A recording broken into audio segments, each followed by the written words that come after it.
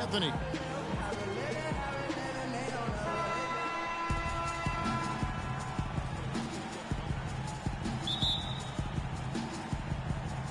And it's going to be the Pacers off the tip. And a look at the starters for San Antonio. Parker and Green are the guard pairing. Aldridge out there with Kawhi Leonard. And it's Duncan in at the 5. Tell you what, he's not an easy guy to stop when he's got his sight on the rim. Never has been, never will be.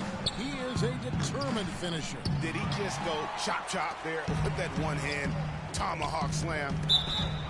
Pacers didn't have the year they wanted to last season. Still, their defense was right near the top. They kind of hang their head on that, don't they? Exactly. I mean, that is what this team's culture is all about, defense. And even in a down year, they were very hard to play against for other teams. And he's good on the second. And the Pacers defense, as strong as ever, and you mentioned 4th in points allowed in terms of their opponents. How about 3rd also in opponent field goal percentage? Now here's Parker. And it's Parker again missing. Almost no chance of that shot going in.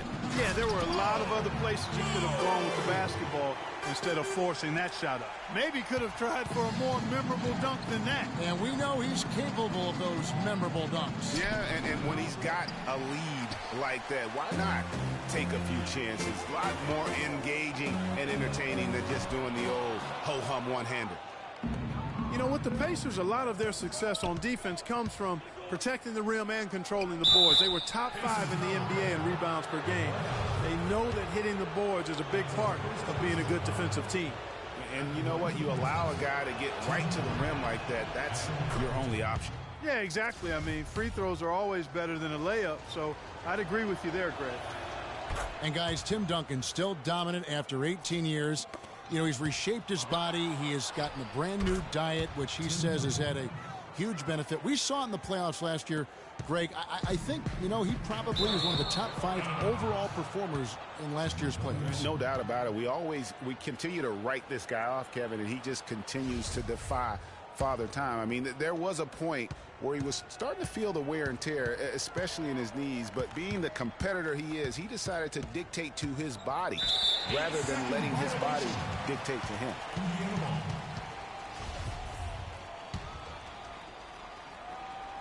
First quarter of play with about a minute and a half gone. Duncan with the block. Here's Green, rebounded by Ellis. Usually if he gets to the rim, he's converting it into points. But the defense stood tall there. From deep three-point range, the shot is off. Now San Antonio takes it the other way. Here's Green. And the shot no good, a bit short. Indiana's gone 0 of 2 from deep here. George dishes to Hill. And that one's good. Oh, that is just weak defense there. I'm pretty sure that was not the plan to give him those kind of baskets at the hoop. Now here's Parker. The tray. No luck. The Pacers have gone 3 of 7 from the field since we've gotten underway. Leonard with the steal. Parker against George. And that one's good. Parker. And he gets one to fall, and now one out of his first 4. Allen drives in from deep. Ellis. And he gets it to go. Kevin, he didn't hesitate that time. The D gave him a step, and he just pulled up and drained the 3. Here's Leonard. And it's good on the assist by Parker. Wow, what a pass there. He made that a very easy basket with that setup.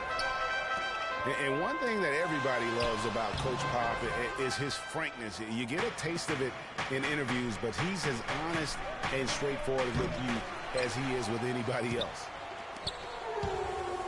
It's stolen by Duncan. And it goes out of bounds. That one's off Parker. Indiana making some changes. Mahinmi's checked in for Turner. Hill comes in for Allen. And it's C.J. Miles in for Paul George. Manu Ginobili's checked in for San Antonio. And it's Miles missing. Well, you've got Greg Popovich, and I think he puts this at times grumpy demeanor in a more of a spotlight. He's playing along, as we all know, with the sideline reporters. He knows, Greg, you know this firsthand, when to turn it on, when to turn it off.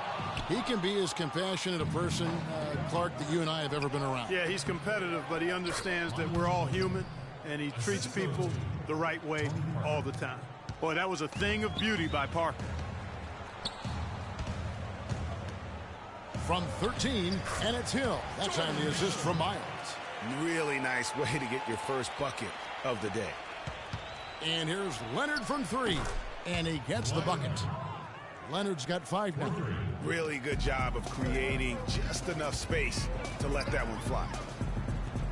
Miles the pass to Hill, and Miles kicks to Hill. No good on the 3. And right from the start, Kevin, they've been pounding the glass. Most of those 50-50 balls also going their way. Well, I don't think there's any question about it. They came focused and ready to play. I mean, they're doing everything they can to put things in their favor. You earn that, and they're actually earning it well right now. Well, he's an undersized center, but he more than makes up for it with some serious leaping ability. You know, I can think of one way to describe George Hill. It's the culmination of several attributes. I mean, he comes from the school of Popovich, plays under control, always in the right place defensively. The way I describe him is just steady. And San Antonio calls the first timeout of the game. An interesting thing about George Hill, he was traded from the Spurs to the Pacers a few years back. Many people were surprised the Spurs would even trade a valuable veteran when they were trying to win a championship. But who did they trade him for? Kawhi Leonard. A pretty good deal. Well, you know, Hill is really solid. He knocks down open shots, can run the offense or play off the ball equally well. I think he's a terrific combo guard. Gives you a little bit of everything and does it in a professional way. And that's typically what attracts him to other teams. And the foul is called. He intentionally grabbed him there for some reason. I don't know. Kevin, all I can think of is that he's trying to slow the game down a little bit. Right. That's a stretch, though. Definitely a strange move on his part. Indiana's gone 1 of 5 from downtown in the first quarter. Points out there have been hard to come by. Out of bounds. Pacers ball as Indiana keeps possession.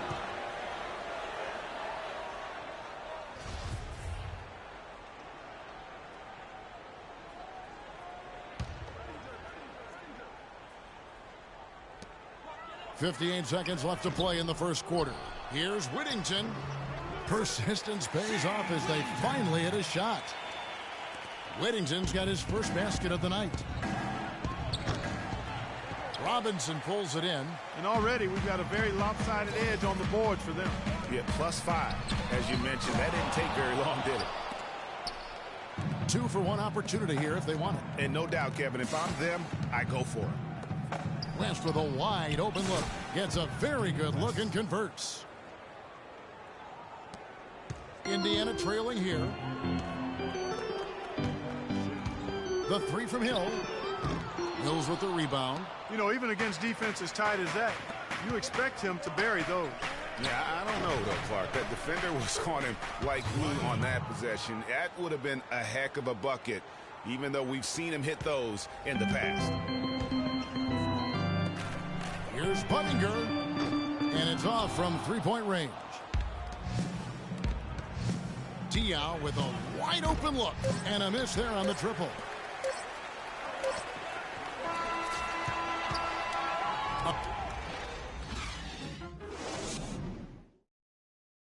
And the ageless one, Tim Duncan, just a remarkable career. His teammate, Tony Parker. It's unbelievable, especially a big guy. It's both unbelievable and amazing, you'd have to agree, talking about Tim Duncan and how he continues to stay near the top of his game. You know, Kevin, they say nobody has ever defeated Father Time. But you know what? There have been a couple of bigs that you'd have to see are the exceptions. Kareem being one, and then obviously now what Tim Duncan has been able to do over the course of his career. Just unbelievable. Now the second quarter getting ready to start up. And an important part of every team's game, a look at the hustle stats for San Antonio.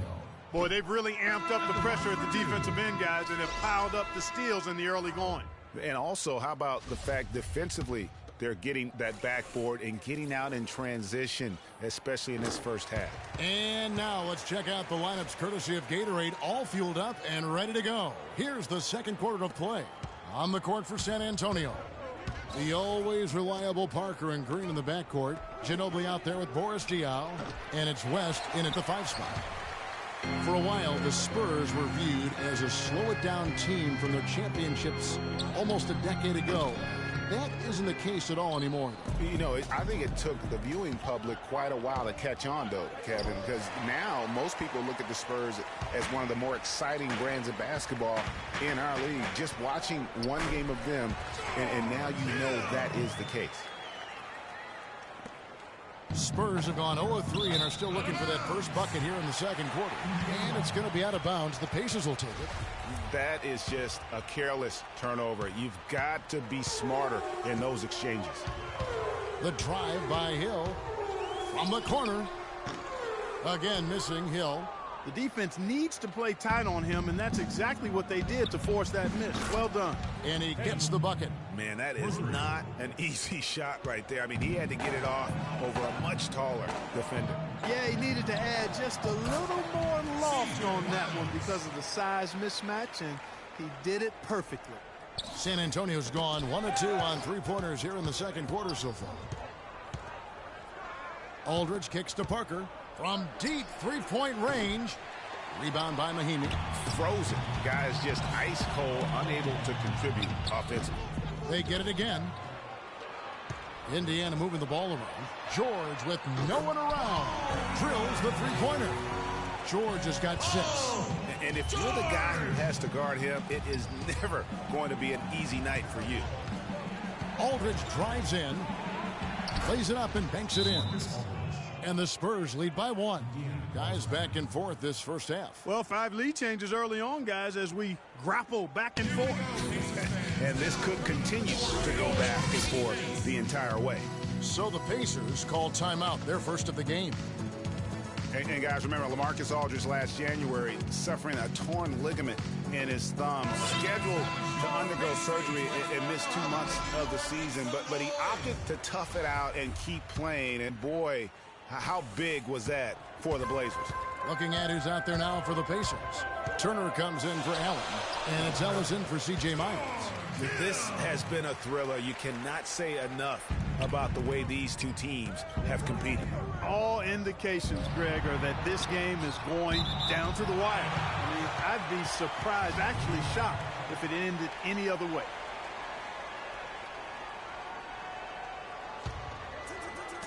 And a little under 2.5 minutes gone by here in the second quarter. And Aldridge postponing that thumb injury surgery, even though they said it might double his eventual recovery time. Yeah, I think it's pretty admirable that he was out there because he wasn't just playing in pain. He was playing hurt. That shows you his commitment to winning. And if the shot's not there, you've got to understand that. Move the basketball. Yeah, exactly. And I'm not quite sure what his mindset or what he was thinking there. I mean, that was just a terrible shot. Everyone understands the importance of Paul George to the ball club. That's why taking his offensive game to the next level would be so beneficial. Yeah, he has all the physical tools, the instincts, and obviously he has made those strides. But if he wants to become a top 5 guy, he's still got a little bit of work to do in terms of his game. Spurs trail by 3. Dishes it to Ginobili. And taken away by Ellis. And up the court come the Pacers on the break. And there's the whistle, called a clear path foul there. Yep. And he'll shoot 2 at the line. From a man, PG, Paul George, so much focus has been on extending his range. But ever since he started launching over 5 3-pointers a game, he shot under 43% from the field. Maybe time for him to balance out that shot selection. And guys, talking about Paul George, the continued improvement of his ball handling is key to generating more offense. That was a weakness of his coming out of college. He's worked on it, but making it a strength the way LeBron has would go a long way toward getting him to that next level. And now Ellis running the floor all by himself. The shot's good on the assist by George. George has got his 3rd assist on the night. Boy, they've gone on this run, and ball movement has been a big key. It really has, Clark. The defense unable to react as quickly as necessary in terms of dealing with their passing. And guys, let's get your take on the hustle stats for the Pacers. And it's been about their defense. They're playing with a frenetic pace, putting a lot of pressure on the ball handlers and forcing turnovers. Another big aspect of their game tonight has been the fast break, transition opportunities. They're really keeping it up tempo so far. They get it back. Kicks it out to Ellis. The second chance effort, and the shot is good. Ellis has got the lead up to 8 now for the Pacers. They've been the glass eaters today, guys. A ton of effort out of them down low. It's been a difference maker for them in this game. That's what's put them in front. And George gets it to go. And that's sort of been the story here today, hasn't it? San Antonio's gone 1 of 3 from way outside since the start of the second quarter. The Indiana Pacers had a solid season last year, given they were without their star for most of it. They played well at home. Yeah, even without Paul George, they were in contention. How about 23 and 18 at home, which is really a solid mark when you consider they didn't have their 2 best players from a season ago. And guys, they continue to put a lot of pressure on the interior defenders with the way they work down low. It's becoming a theme in this game, Clark. They are piling up the points in the paint. Shots good by Ellis. He's done a nice job, a great job actually, of finding efficient shots here in the second. Shooting percentage always a function of the kinds of shots you get. And he's on a good roll after struggling a bit in the first. And I like the fact that he really was unfazed by that scoreless first quarter. And now you can see him getting into a rhythm. It's back to Hill. No one near Turner as he lets it go. Mahinmi dishes to George. Tries again. Rejected by Ginobili. I like the move to go 2 for 1 here. So do I, Greg. I mean, I agree with you. They need to get a quick look and then try to get another possession after that. He always knows where his teammate's going to be, and, Kevin, that will let him put the ball where he wants it, right waiting for him. Some firepower, Clark, from his offense. Yeah, Kevin, how about the air of confidence? I mean, they really look like they believe in what they're doing. Yeah, they got a nice groove going right now offensively. And George, here we go. Some solid defense from Aldridge. Spurs trail by 5. Ginobili. Duncan down low. Guarded by Mahinmi. And Duncan gets it to go on the assist by Leonard. And it's 8 points for Tim Duncan. Just lazy defense on the glass there. Well, nobody boxed out. Nobody put a body on anybody else. Things like that not only drive the coach crazy, that stuff gets under my skin. And the first half comes to a conclusion in a game that has been very close so far. It's the Pacers up by 3. And now... All right, Kevin, here... And now, the 2K Sports Halftime Show.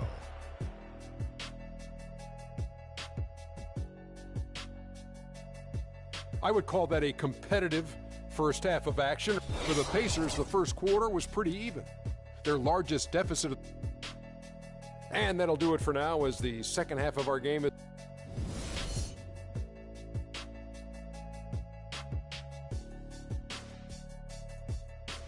we go, Pacers fans. Welcome back, everyone. The second half about to get underway, and it's been a close one so far. Kawhi Leonard really has his fingerprints all over this one. That slasher mentality was on display in that first half. He got to the rim consistently. Boy, I tell you what, he's got that great first step, and he must have had some quickness porridge or something because he looks a little faster today than normal. Hill is out there with Ellis. Then it's Turner. Then there's Allen. And it's George in at the small forward position. So that's the group out there for Indiana. Solid job by them on the glass here tonight. +8 in rebound. You know what? That rebound has always been a critical element of the game, and that's why they are now understanding how to win. And they're just raining threes on both ends. Boy, I love the answer. You come at me with the 3, I'm coming right back with my own triple. Really good awareness right there on the assist. And guys, no doubt George Hill had it rough last season. He missed the first 28 games with that left knee injury, came back for 5, then missed another 11 games before his season got going. But you know what?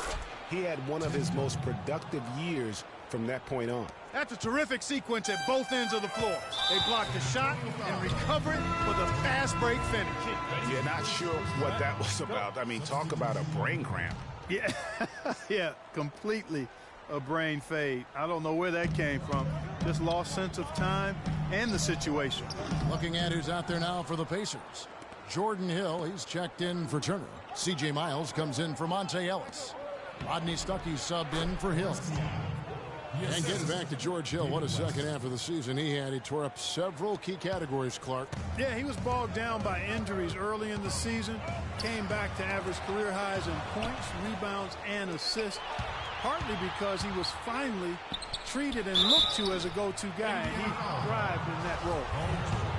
And you really got to admire Boris Diaw. I mean, he's found a way to kind of reform his game as he's gotten older. I mean, so different than when he was new to the league. Diaw lost his athleticism and is a slower player than before. You could argue he's more productive now, though, Clark, than ever. Well, his game was always on the ground in my mind. He's highly skilled. He's much more cerebral on the floor than given credit. I mean, I think he is really a difficult matchup because he's crafty, he's tough, and he's experienced in speed.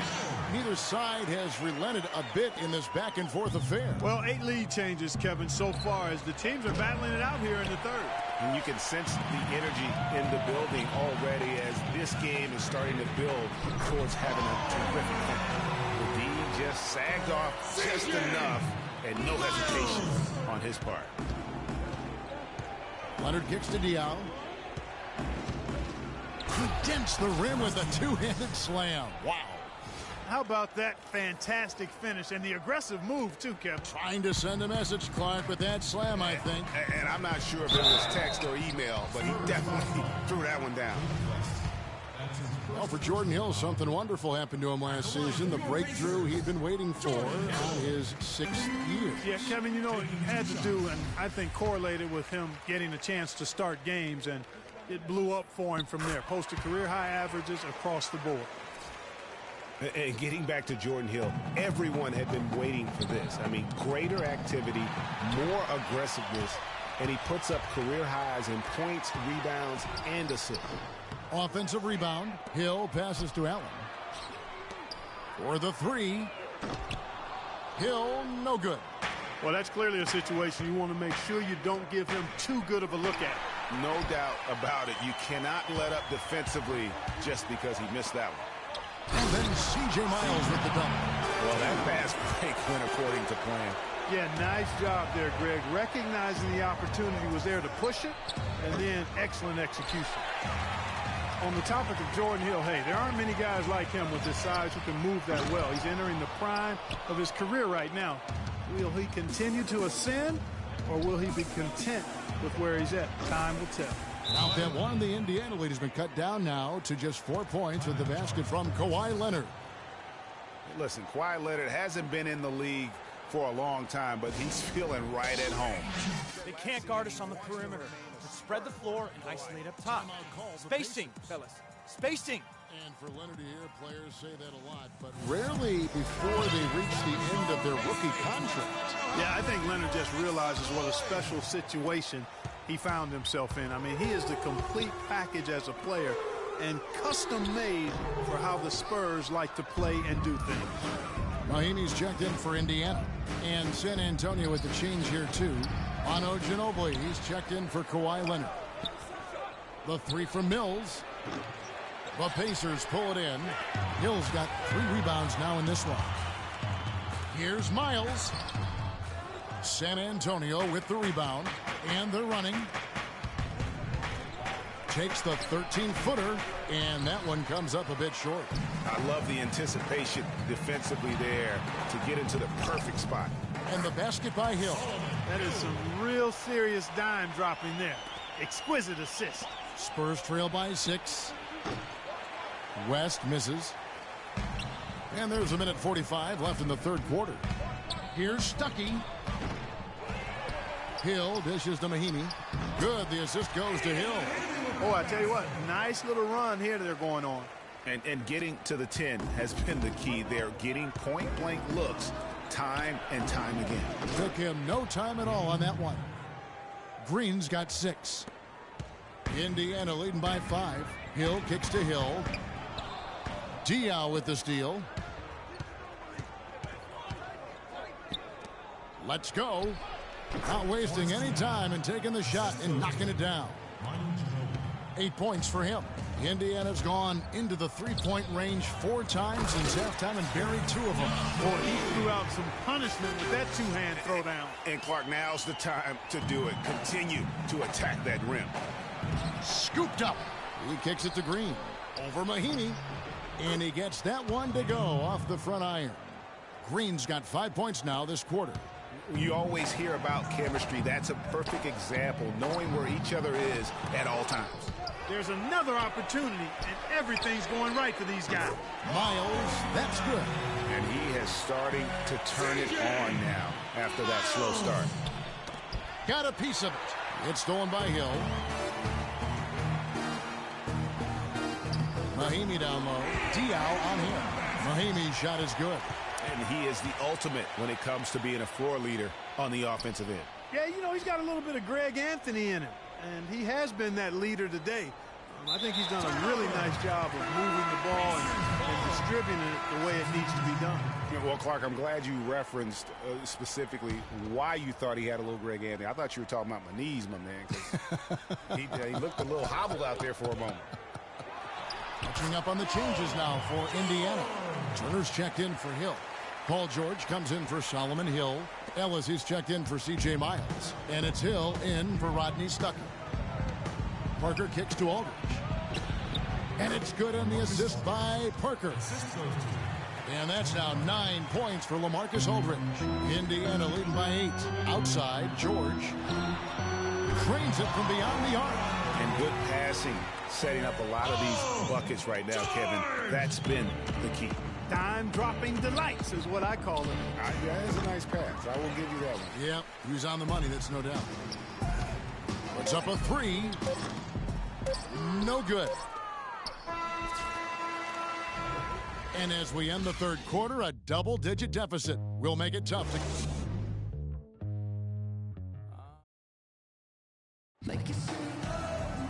Welcome back as we get ready to start the fourth quarter. Not exactly a nail-biter here, but you never know.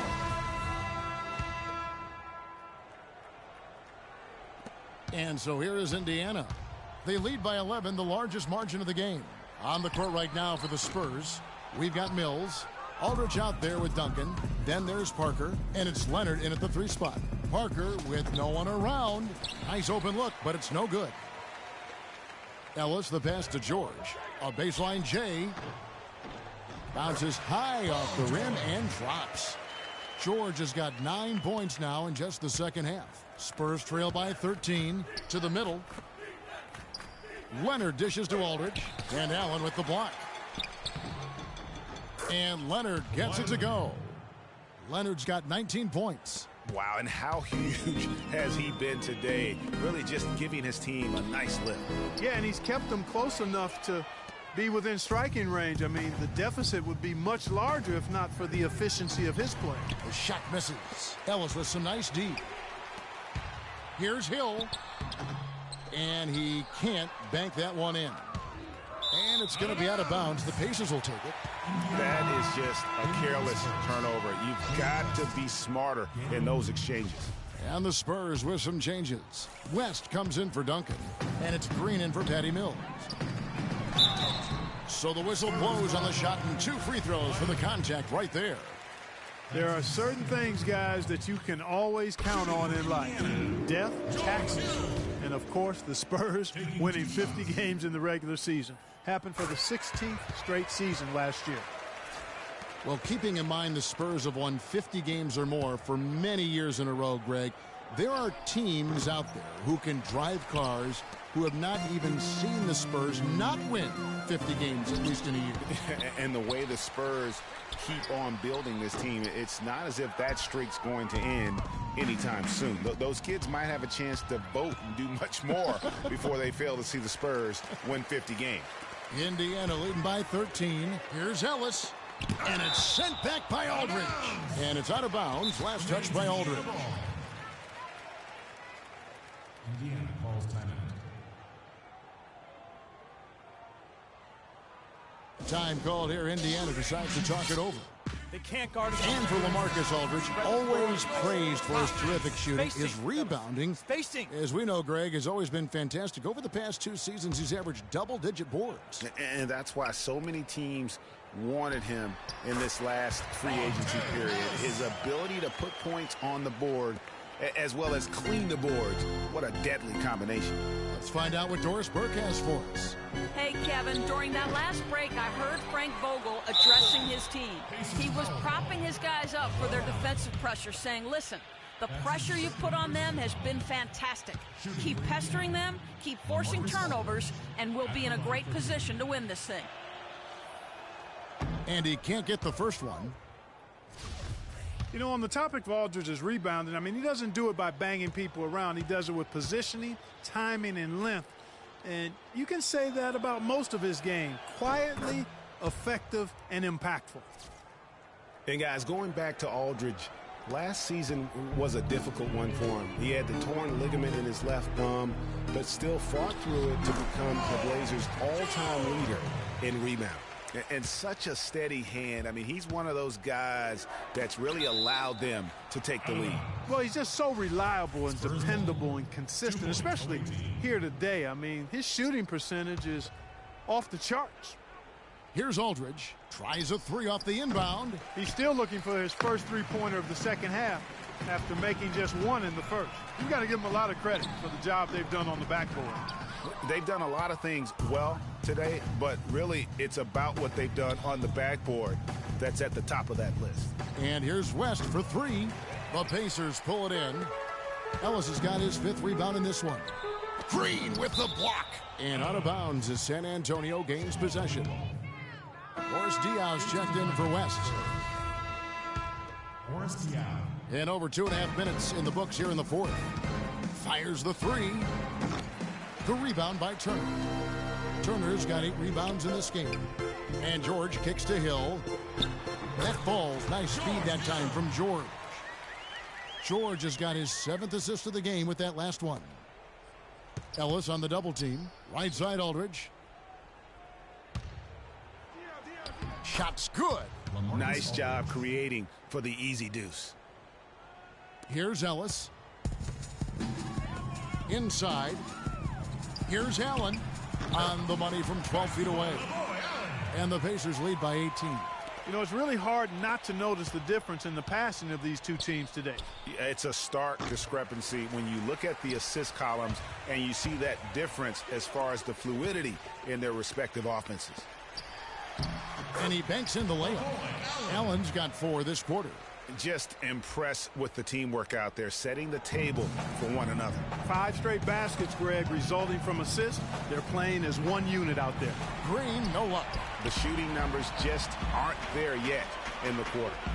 Hill has the open look. And George kicks to Allen. Hill with it. He's picked up by Parker, and the basket by Hill.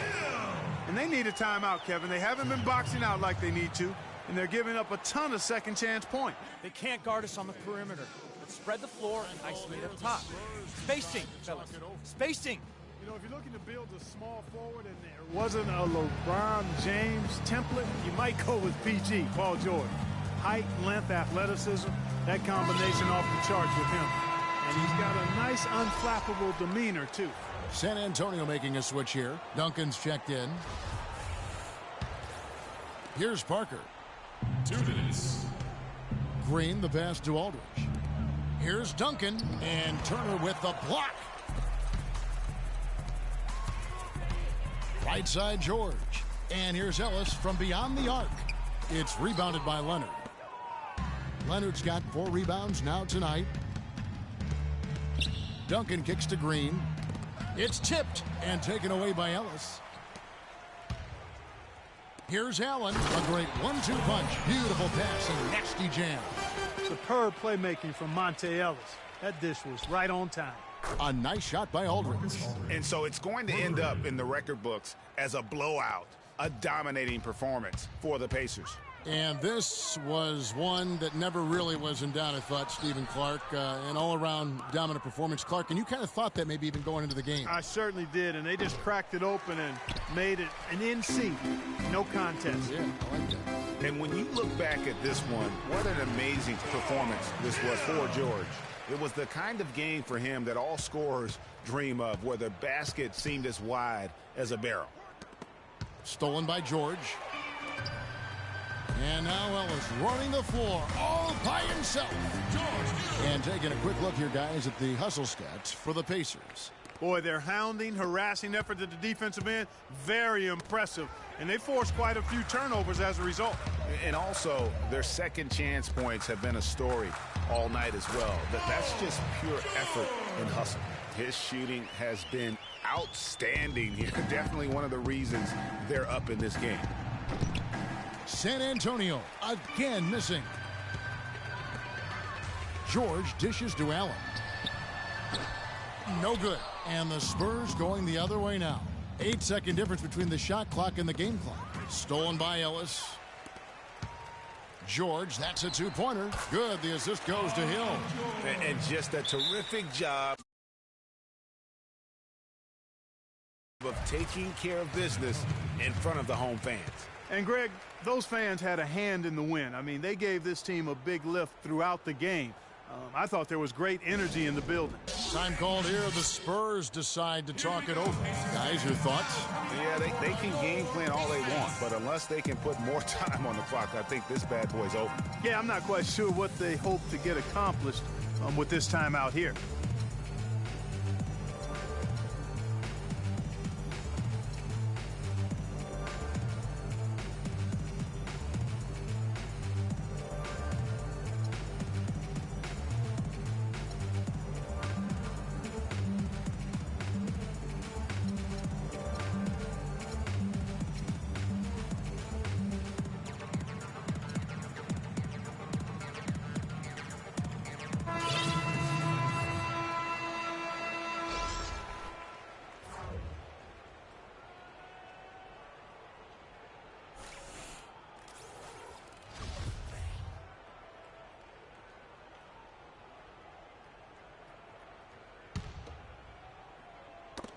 They get a hand on it. Stolen by Allen. Now let's the pass to Turner. Lots of room. And it takes a hard bounce. Here's Diaw. And he's good on the three ball. 8 seconds left in the game. And George, here we go. That doesn't go either for George. So no problem for Indiana as they get the win. They won this game going away. They were the better basketball. Guys, Paul George. The 2K Sports postgame show.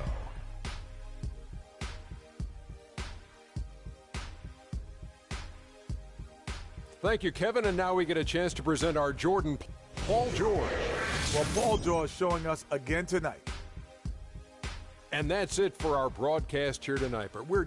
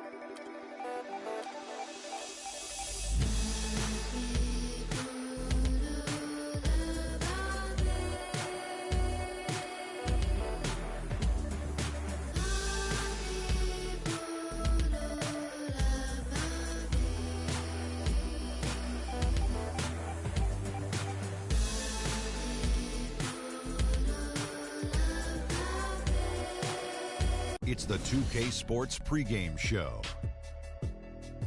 Hello, everybody, and welcome to the NBA on 2K Sports. Ernie Johnson here with my esteemed colleagues, Shaquille O'Neal and Kenny the Jet Smith.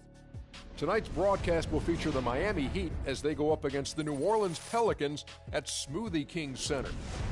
And for New Orleans, they're looking to come out strong and make their mark early. They have to look at this game as a great opportunity to do just that. Both of these teams we're about to watch, slower pace, lots of half court, very methodical.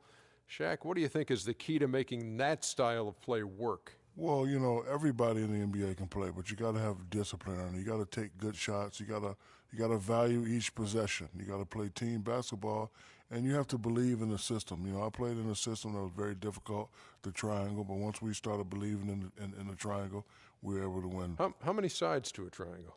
I would say 3. I don't know. Okay. Kenny. I mean, the guy only played at it for about 10 years. He didn't know how many sides was at it, but that's pretty unique. He just knew. No, he was right. Because I always said the triangle was overrated if you don't have Shaquille O'Neal. And look at the afterglow of light bathing the Mississippi River in the Crescent City, New Orleans.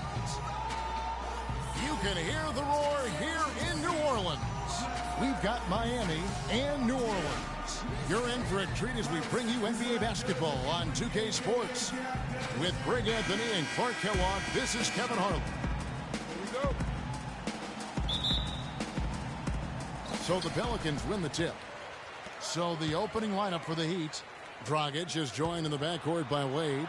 Dang and Bosh, your small and power forwards. And it's Whiteside in at the center. Well, last season, Quincy Pondexter was moved to the Pelicans. He really took off after the trade and played some of his best basketball to date. Feeds it to Gordon. New Orleans moving the ball around. And plenty of contact on the shot. So 2 free throws coming up. Pelicans shooting their first free throws of the game. And a season ago, they hit about 75% of their free throws. And he can't get the first one. Pondexter last year was very valuable after the trade. Career highs, Clark, in points and minutes played for him with the Pels. Yeah, and you know, he showed he can really be a 3 and D guy. Shot over 40% from deep with the Pelicans and defended pretty much every position on the perimeter. It's deflected to the inside. Wade, and that one is stuffed right through. Man, can you always depend on him or what to lead you to the right place with that pass? Money. Evans kicks to Gordon. To the paint. And Whiteside sends it back. They are 0 for the game thus far. 0 of 4 here, still looking for their first make. Rebound by Pondexter. The Pelicans have gone 0 of 4, missing their first 4 field goals here. And it's slammed in by Davis. The one-hand slam is so sweet when it's his hand doing the slam. Oh, yeah, he is so smooth, even on a power finish like that. And really, that's what makes him unique, that combination of power and polish. Whiteside, and it comes off the front of the rim. Really just struggling here in the first few minutes. 5 attempts with only 1 fall.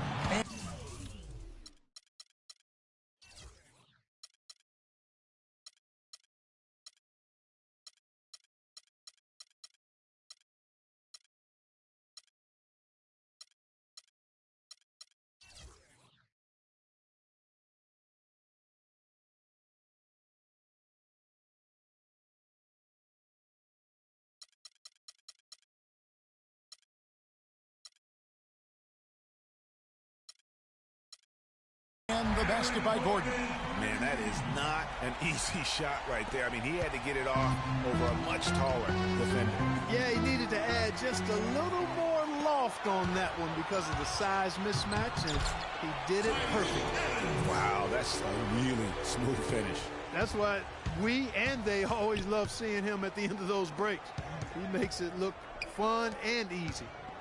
Now, here's Wade. Whiteside dishes to Dang. Fires the jumper from the corner and nails it. Dang's got his first 2 points of the night. New Orleans gone 1 of 2 from long range in the first quarter. Here's Davis. And it's Whiteside with the rebound. That's not the type of opportunity he fails to convert very often.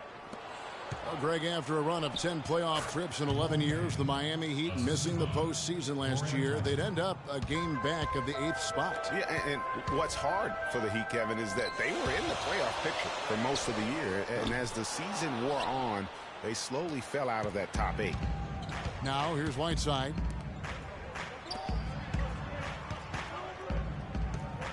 Wade for three. No good. Gordon with the defensive effort. Just doing the job on the backboard. They sure are. I mean, they've done a terrific job carving out space under the basket and then pursuing the ball. You know, it's one thing to box out, but you've got to pursue the ball if you're going to get rebounds. And they look strong here in the early going. And that one's good. His second basket of 4, shooting 50%. Defensively, that possession better not start a trend because they just handed him 2 points. And that one's good. Pondexter's got his second bucket of the night. And good passing, setting up a lot of these buckets right now, Kevin. That's been the key. Dime-dropping delights is what I call it. Yeah, that's a nice pass. I will give you that. Yeah, he was on the money, that's no doubt. And it was a very public falling out between Goran Dragic and the Suns front office. That was a real tense few weeks there before ultimately he was traded. A platoon swap here for New Orleans. Then for the Heat, Stoudemire's checked in for Whiteside. Green comes in for Luol Deng. And it's Chalmers in for Dwayne Wade. The Heat have gone 4 for 9 from the field to start this game off. And, of course, Dragic was traded to Miami last season. Said he felt betrayed by the Suns front office, which spurred him wanting out of Phoenix into South Florida. Yeah, you know what? We'll never know the whole truth about that situation, but Dragic said they told him one thing with personnel and did something else. And Miami making a change here. Winslow's checked in. The shot is off, and it's Miami the other way. The drive by Green, out to Stoudemire, fires for 3, and again it's the Heat missing. Well, that defense went from poor to no defense at all. And when he's open like that, you don't see him miss those looks very often. And the jam by Ajinça. A rim rocker. Looked for a second like he might rip the cylinder loose. I tell you what, that is some grown man strength on that attack. Now, here's Chalmers. He's guarded closely. Drops in the layup for 2. Took advantage of some shoddy defense there. They've got to at least get a finger on him. There's the triple. The offensive rebound. Boy, just by his body language, Kevin, you can tell he thought that triple was going to fall. Oh, wow. Well, that fast break went according to plan. Yeah, nice job there, Greg. Recognizing the opportunity was there to push it, and then excellent execution. That was a nice replay brought to you by Kia. Anderson can't get it to go. You're not going to see that very often. Plenty of space, but he just, let's face it, he whiffs on that one. A nice shot by Winslow. Great awareness by Mario Chalmers on that feed. And one thing about Mario Chalmers last season, he really had to play a different role. And it took him some time, Greg, to get used to. Yeah, anytime your team loses a superstar like LeBron James, other guys get asked to do a little bit more. Mario was asked to be more of an aggressive scorer, a role that isn't so easy to jump into after 6 years of being that 4th or 5th option in the offense. Luke Babbitt, he's checked in for New Orleans. Good on the shot. How about the way he's able to angle his body to shield the big fella off and still get the finish? You've got to be clever with your sleight of hand when you get inside and try to finish against the bigger guys. He made it look easy that time. And you know what? That's one of those heat checks if he's taking shots like that. Yeah, heat check or not, I don't care how hot he may or may not be. He's not making that one. Got a piece of it. Taken away by Holiday. 5-second differential between the shot clock and the game clock. Finished off the break. Holiday's got his second bucket. That is up-tempo basketball at its best. So much easier to operate in the open court when a steal triggers the break. And really, basketball is about rhythm, and that allows your offense to flow better. Now let's see if they can build on it and keep this lead. This has been a thriller. You cannot say enough about the way these two teams have competed. All indications, Greg, are that this game is going down to the wire. I mean, I'd be surprised, actually shocked, if it ended any other way. To the middle, deflects the pass, Chalmers. And so, both teams trading buckets as we end the first quarter. Heat lead by 2. From New Orleans, back in a moment.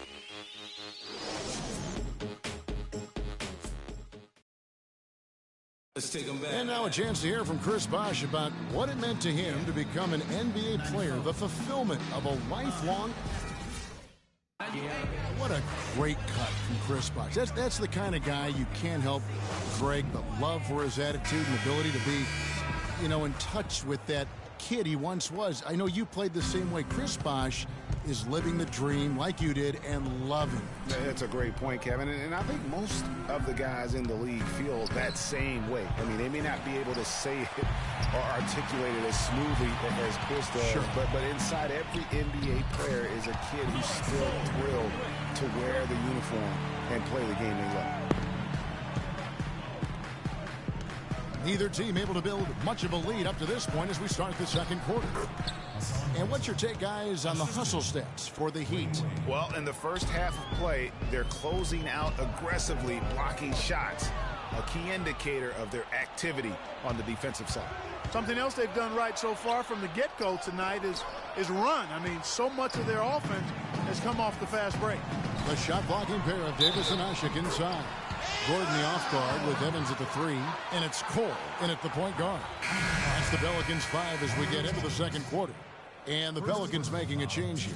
Cunningham's checked in, and Miami with a change here too. Dragic has checked in. And for Norris Cole, such an important role player, Greg, for Miami for a number of seasons. Last year, shooting percentages dipped, and that is one of the reasons why he was probably traded to New Orleans. Yeah, and a lot of that, I think, had to do with somebody getting out of town. Yeah, LeBron James, that would probably change the quality of your shots. But both figures did go up dramatically once he got to New Orleans. And remember, now he's playing with another great player in Anthony Davis. There's Dragic with the 3. That's good. Dragic has got the game tied up here for the Heat. The Pelicans have gone a nice 3 of 3 to start the second. Gordon the pass to Ashik. Good work defensively by Whiteside. Going back to Norris Cole last year, after the trade to the Pelicans, he shot better than he had in his entire career. That and the 2 championship rings he brought with him really helped the Pelicans take the next step in the team's development. How about that fantastic finish and the aggressive move, too, Kevin? Trying to send a message, Clark, with that slam, I think. And I'm not sure if it was text or email, but he definitely threw that one down. Stoudemire kicks to Dragic. And the rejection by Evans. The pass to Gordon. New Orleans moving the ball around. And it's in after a nice bounce off the right side. Cunningham's got his first points of the night.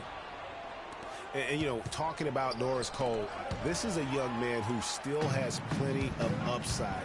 His assist-to-turnover ratio is solid. He's a competitive defender. I like where his game is going right now. And the basket by Gordon. And look at how the hustle game has been going for New Orleans. And it's been about their defense. They're playing with a frenetic pace, putting a lot of pressure on the ball handlers and forcing turnovers. Something else they've done right so far from the get-go tonight is run. I mean, so much of their offense has come off the fast break. Some defensive breakdowns are starting to show up now. Their last 4 buckets allowed have come from very close range. Yeah, high percentage shots are what they are getting in terms of the attempts, and that's just not going to get it done. They've got to figure it out. I tell you, it's absolutely amazing how easy Dang makes it look with shots like that. Kicks it out to Gordon. To the paint. It's stolen by Dang. Wade dishes to Whiteside. And the rejection by Evans. Three-pointer, Wade. There it is, his 3rd basket. He's taken 7 shots to get those 3. Clark, 8 lead changes now, and we're still just in the first half. Both teams showing a lot of resilience, I think. Coming back and coming back and forth, back and forth. Reminds me of a song. Yeah, Kevin, that's Cameo, to be exact. And I'm not sure I've seen a game with more lead changes this early. Now a timeout called by New Orleans. And a great stretch of games here for Wade at the end of a great stretch of games for Wade at the end of last season. I mean, he turned back the clock, if you will, for a while and really helped carry this Heat team. A platoon swap here for New Orleans. And then for Miami, Chris Bosh is checked in for Whiteside. Winslow comes in for Amari Stoudemire. And it's Gerald Green in for Dwayne Wade. For New Orleans, they've gone 6 of 8 from the field in the second quarter. Yeah, Greg, I remember that stretch with Wade you're talking about. It seems like he finally now feels healthy, Clark, and it shows. Wade himself said, Kevin, it was the best he felt in a couple of years. Health is such a big factor for him, given how he plays and selectively now likes to attack the rim. Here's Babbitt. Dishes it to Pondexter. That one's off, still out of sync. And sometimes we all just want to show people that we have the range. Yeah, you speaking from experience? We already know how good his range is. He shouldn't be firing from that deep. Pelicans trail by 6. From the wing. No good off the back of the rim. You know, he just hasn't looked right to me. A bit out of sorts, if you will. Something's off with his mechanics, at least as I look at it. And what a tough position Luol Deng found himself in last year in a small forward swap of sorts. LeBron James goes from Miami to Cleveland. Deng goes from Cleveland to Miami. He had his choice. There was Atlanta that was in the mix there too. But he goes to the Miami Heat. He's bounced around a little bit.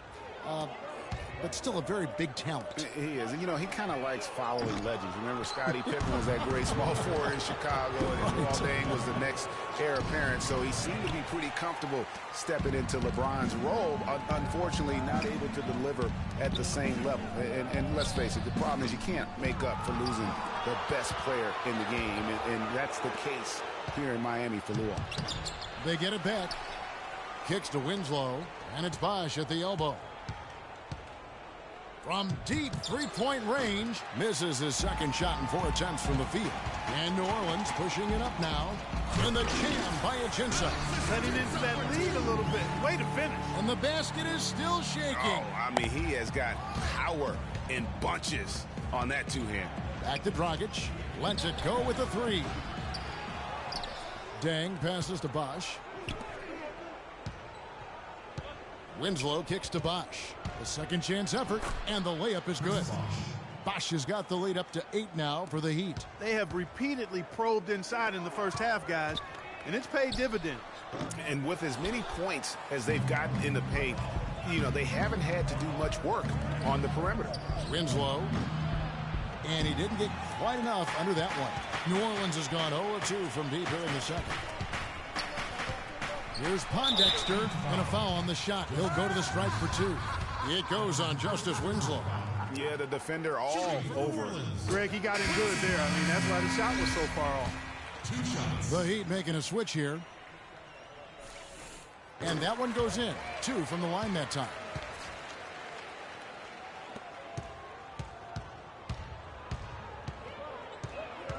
Here's Chalmers. Deng attacking. And it's going to be 2 free throws. Drew contact on the shot. And you know what? You allow a guy to get right to the rim like that. That's your only option. Yeah, exactly. I mean, free throws are always better than a layup. So I'd agree with you there, Greg. And he's good on the second.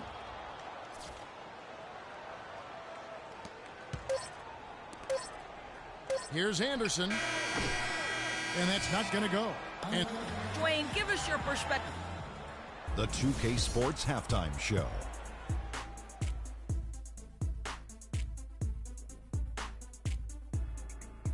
Hello again, everybody. I'm Ernie Johnson, joined by Shaquille O'Neal. It was a closely contested first quarter for Miami. Their field goal. And that'll do it for now as the second half of our game is.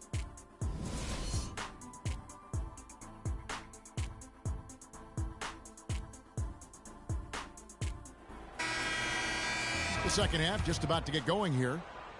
Excellent game we've seen from Luol Deng. He has 9 points, and also those active hands of his have led to a pair of steals. He can just change a game with his defense. We need to be more physical on the offensive end. Let's crash the glass, but be smart. We need to limit their easy baskets, so get back on deep. Getting dinged up, Brian Anderson was rolling. I mean, over the first few seasons of his career, improved in efficiency in all areas. Then he had the back injury, and last season his shooting percentages really went south. And getting back to Ryan Anderson, in 2012, he won the NBA's Most Improved Player Award. Then In the summer of that year, he landed an enormous contract in a sign and trade. Yeah, and that's the good Ryan Anderson. If he can stay healthy, he's a tremendous asset, and he isn't just a shooter. He can get it done on the backboard as well. And for Miami, look at who they've got out there. The big men are Bosh and Whiteside. Wade and Dang are the 2 and 3, and it's Dragic in at the 1 spot. The drive by Wade. The shot is off.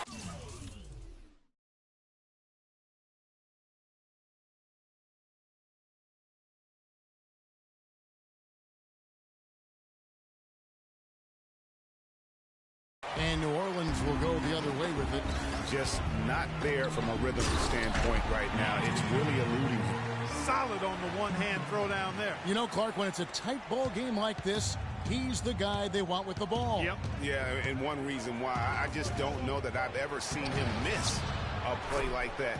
And that one's good by Bosh. Great way to start to have easy layup against some soft D. And Asha kicks to Davis. And the shot is good. Davis has got 6 points. Boy, they are passing the ball very crisply right now. They really are, and their last 3 buckets have come by way of an assist. Here's Bosh. That's in coming off an assist from Dragic. 6 points for Chris Bosh. Raining down buckets for Bosh right now. They push it up 4 on 3. And the basket by Wade. Now it's a 7-point Heat lead. Guys, that time he went for the fancy finish for us there, man. That was sweet. And stolen by Whiteside. T-Wade on the wing. And Davis sends it back. No doubt it's been a bit of a struggle for him here in this quarter in terms of scoring. And there's the basket. Whistle blows and a chance for a 3-point play. Going to the line for 1. Yeah, heard the whistle and then kept his focus and able to still knock it down. And, Greg, to be able to take the bump like that and maintain control, that's not easy to do. I know you're kind of a little fella, but I was a big guy when I played, so I know how difficult that is. That was impressive. Sweet. New Orleans making a switch here. Babbitt's checked in, and the shot is good. And that's now 7 points for Tyreke Evans. And really pushing the tempo. Fast break buckets, a big factor for them offensively. And you know what, guys? Despite their pace of play, they seem to be the fresher team, running the defense ragged. And Wade sends it back. Stoudemire dishes to Whiteside. There's Dragic with the 3. It's tipped. It's tipped. To tie. But they'll get another chance. Here's Evans. Evans can't get that one to fall. Well, I think that was clearly a force. He was a little anxious. Too much in a hurry right there.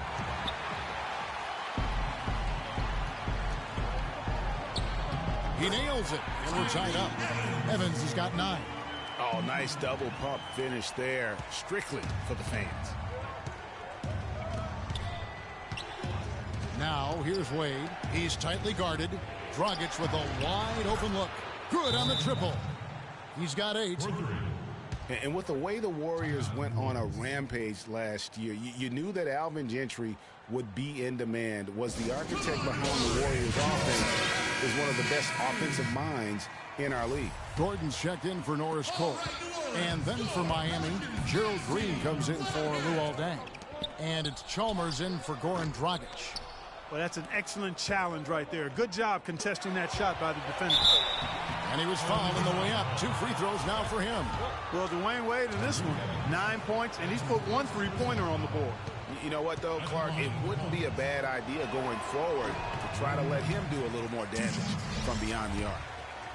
Well, one thing that you can always say about Dwayne Wade is that he is at his best when the game is on the line. He truly lives for the big moments. He does, and Wade has been in so many of those big moments over the course of his career. 5 trips to the NBA Finals, and he really does thrive under pressure.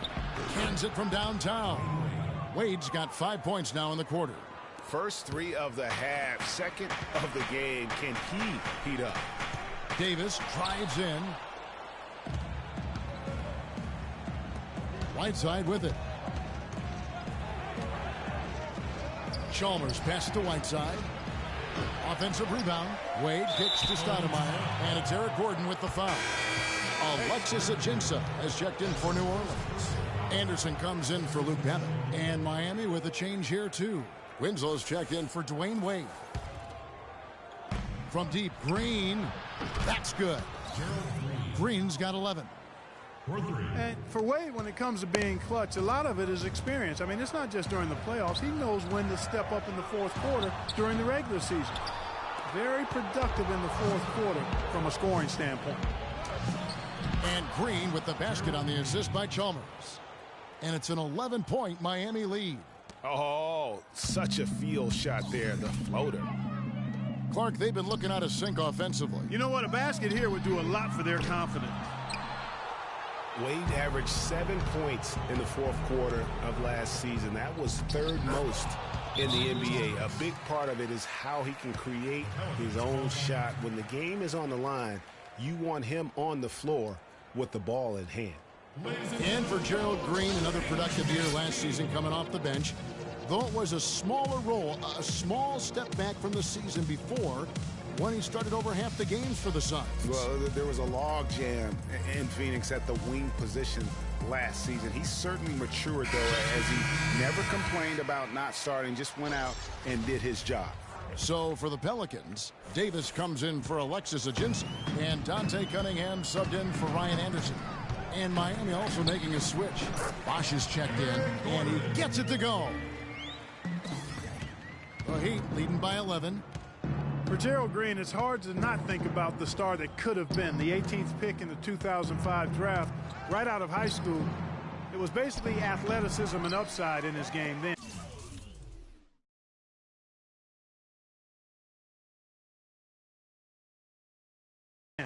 He's finally made it in the NBA now, but has improved with skills and guile in place of explosiveness. No doubt that is within his range. Well, I would hope so. He's a pro, and it was only a one-footer. Come on now. And Chalmers kicks to Winslow. The kick out to Bosch. Good ball movement here by Miami. Chalmers' shot is no good. And talking about Gerald Green, it seems like he's been in the league forever. But he was only 29 years old last season. By and large, he's avoided major injury, so he's still got plenty of tread left on those tires if he wants to keep going at it for a little while longer. That's his second personal foul. Poke loose. The Pelicans, another fast break opportunity here. And you can sense things now starting to tighten up. Their offense has become unstoppable. And, Greg, I'm not quite sure why it took him as long as it did to finally get things going, but as we always say, better late than never. Out to Stoudemire, over Holiday, and Davis sends it back. Here's Gordon, and a strong finish with two hands. And when they desperately needed to get things turned around, they were able to rally and get back into it. And, Greg, it was really their defense just as much as their offense that served as the real catalyst, and I think it allowed them to put that run together. And we've reached the end of the third quarter. Just a terrific game.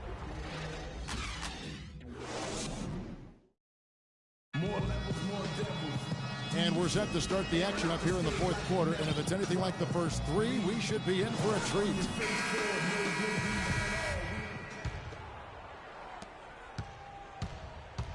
Our fourth quarter action underway, presented by Gatorade. All fueled up and ready to go. Let's reset the lineups. Setting the floor now for the Pelicans.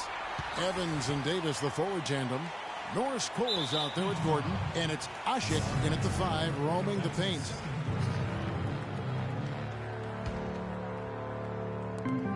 And Cole kicks to Evans. And Luol Deng pulls it down. That's a shot he's got to hit. You don't get many looks better from that range. And Norris Cole is going to pick up the foul. That's his first foul. And you can see he just didn't get squared up with his feet. Greg, those are always tough to judge, but I think the official got that one right.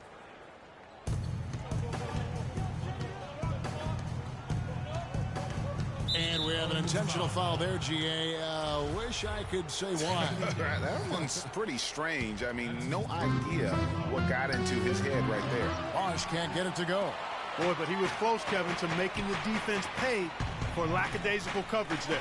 Yeah, you may not be as lucky next time down if you're the defense. You cannot allow him to get those kinds of looks. The Heat with the lead. Wade kicks to Dragic. He feeds it to Dang. Pass to Whiteside. 18 feet out. And right on target. Good. Well, he knew how many inches he had over the guy. I mean, let's face it. Good decision to just rise up and take the jump shot. Shot by Gordon, wide open. And he hits it to tie the game up. Defenders need to recognize and be alert to staying on him as we get into crunch time. Here's Wade. Kept alive. Parked down low that time, and he got the 3-second goal. And those are the kinds of mistakes that are magnified when we're talking about a game down the stretch. Here's Cole. Chance there to take the lead. Missing. And gotta like what they've been doing down low in the post. I certainly do. You know, I like to see guys do their work inside. Their rebounding has been excellent, and that's always important in a close game. Gordon dishes to Cole. Evans with it. He's picked up by Dang. And the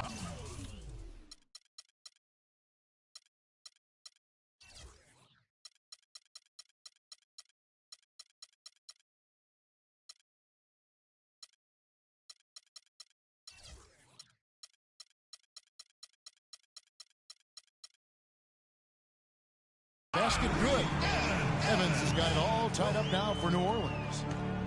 For Miami, they've gone 2 of 4 from the field since we started the final quarter of play. Here's Bosch.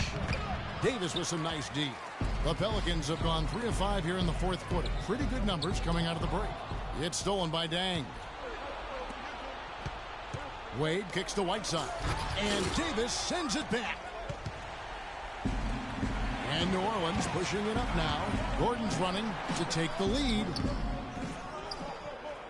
Outside for Davis. Pass to Evans for the 3. 6 for 10 with that shot going in. That's a good game for a lot of guys. And a breakdown here, guys. The hustle stats for New Orleans. You know, block shots, guys, a clear indicator on the stat sheet of their excellent defense. I mean, leaving them no room to get off any shots. And also, how about the points they've gotten in transition or on the fast break tonight? That's been a huge factor as well. Gordon. That doesn't go either for Gordon. And he rushed that one, no doubt about it. The D out of position, you could see the frustration on his face. And it's out of bounds to the Pelicans. You know, that's hard to explain that play. I mean, I guess he thought he had more room than he did. Quincy Pondexter, he's checked in for New Orleans. And it's Evans missing. The shot's there for him, and he's got to take it. I don't care if he doesn't convert. That's a shot he has to continue to take. Deep 2 from Pondexter. And the Pelicans miss again. Not really sure what he was thinking about on that shot. That is not high IQ basketball. Not at all. I mean, he shouldn't even have considered taking that shot. Just a poor choice there. And there's the feed to Gordon. Evans attacking. Evans can't get that one to fall. Well, that's a warm-up jumper there. I mean, when you're a pro, you can't make excuses for missing that one. Miami's gone 1 of 2 from three-point range here in the fourth. Whiteside kicks to Bosch. Looking for Wade. He gets it there. That's good. Now it's a 4-point Heat lead. Really well done there. Just confident and composed.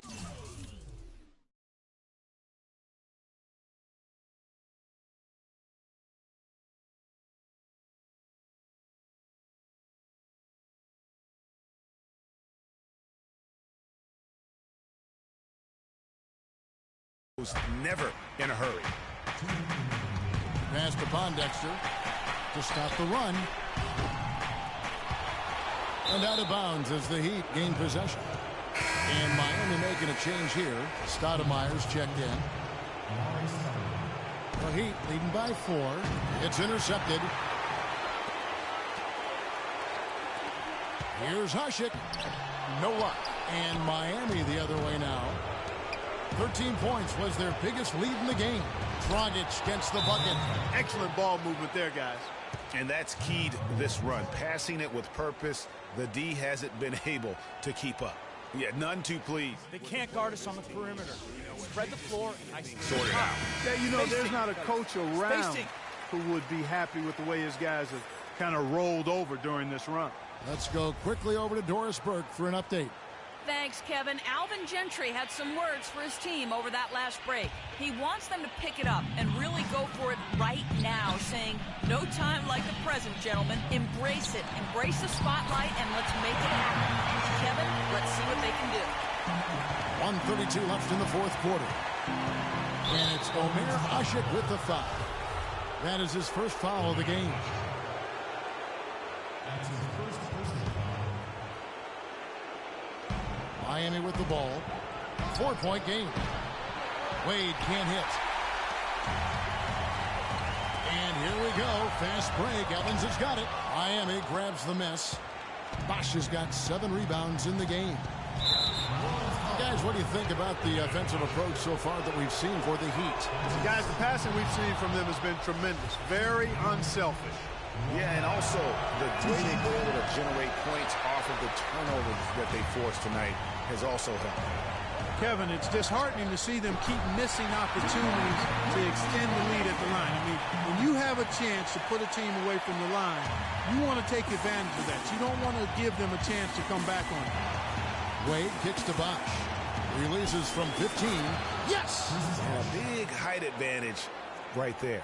You know, it's tough to bring a big man that far away from the goal, but that might be a mismatch they're willing to live with. Evans goes in. Can't cash in from the high post. Well, I tell you what, that's too good a look to pass up there. Even though it didn't go, that's one you got to take. Evans can't get that one to fall. Well, it's been a turbulent quarter, really rough for him. Nothing going his way. But he seems determined to shoot his way out of it. Guys, a critical time for them in this ballgame. No room for mistakes right now. Yes! Sheer, unadulterated power right there. I mean, he ripped it down with both hands. Absolutely. A resounding dunk.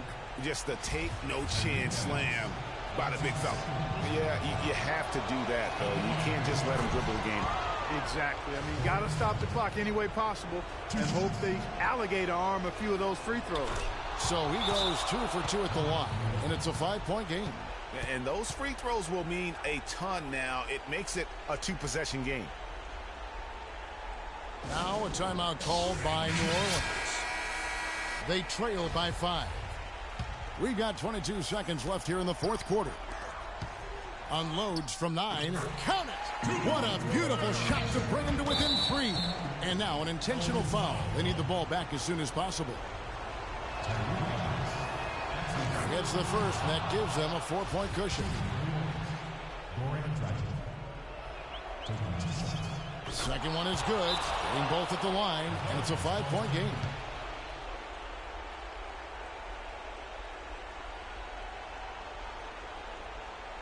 Now a timeout called by New Orleans. They're losing by 5. There's 18 seconds left to play in the final quarter.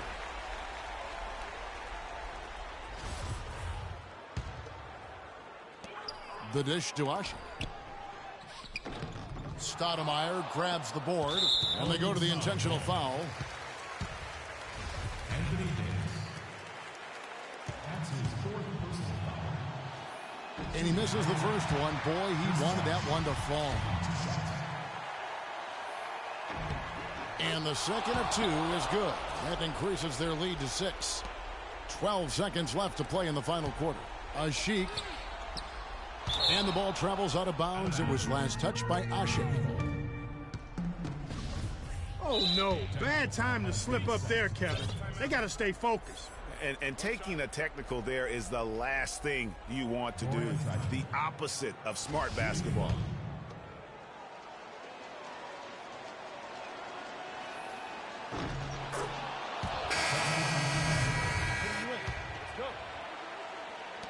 Seven seconds left to play here in the fourth, and he commits the intentional foul. Yeah, with the game out of reach, intentional fouls don't mean anything. It's just an exercise in futility. Let the clock roll. Yeah, I agree with you, Clark. Just doesn't really make a lot of sense at this point. And he misses the second one as well, so he is 0 for 2 that time. Fires from the wing. Buries it.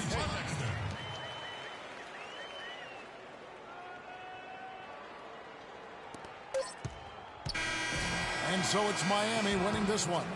This was a hard-fought, well-earned victory for them, Greg. They really had to work for this win. That's a good point. I mean, weaker teams might have buckled at the end with the crowd amped up, everyone in the building kind of rooting against you, but they stood tall.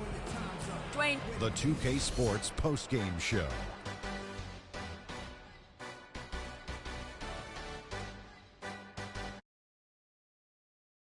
Along with Shaq and the Dwayne Wade. Well, Dwayne Wade was at his best tonight, fellas. And that's it for our broadcast here tonight. But we're just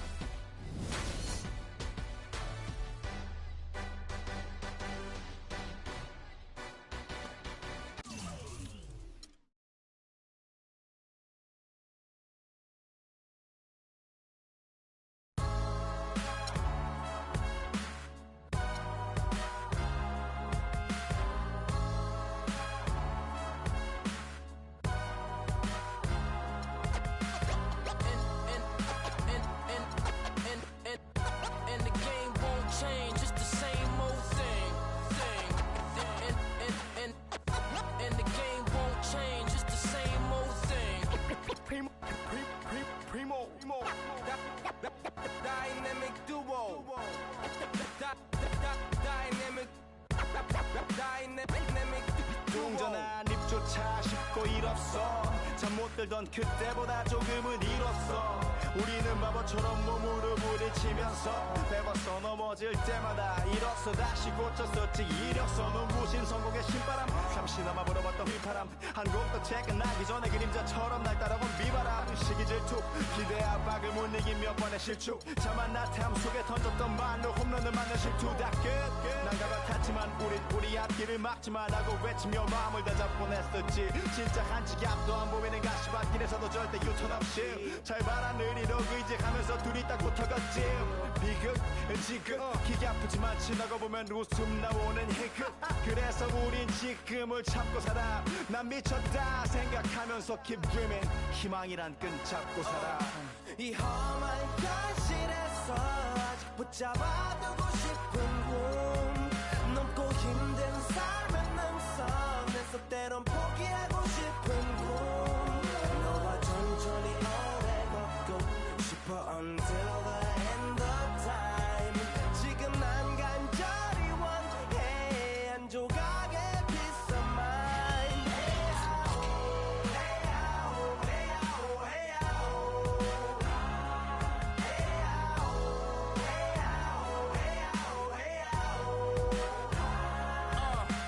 이 도시에서 멍 때리는 것조차도 사치 버릇처럼 내가 나를 착취해. 경추 쪽은 딱딱해지고 이 시계 붙은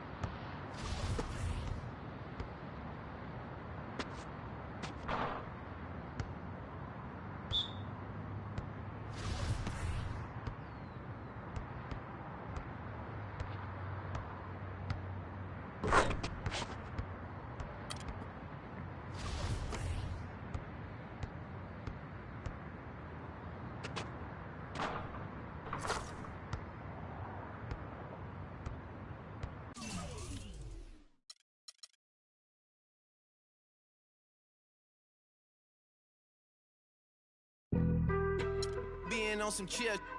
We go 0 to 100 real quick. They be on that rap to pay the bills. And I don't feel it, not even a little bit. Oh Lord, know yourself, know your worth. My actions being louder than my words. How you so, but still so down to earth. Wanna do it, we can do it on the turf. Oh Lord, I'm the rookie and the vet. Shout out to the I ain't holding down the set. All up in my. It's the 2K Sports pregame show. Hello, everybody. Ernie Johnson here alongside Shaquille O'Neal and Kenny the Jet Smith. Welcome to the NBA on 2K Sports. Oh, yo, look towards the darkness. Nah, yo, look towards the light. Yo, what is that? It's a supernova. Nah, man, that's a black hole. Yo, it's.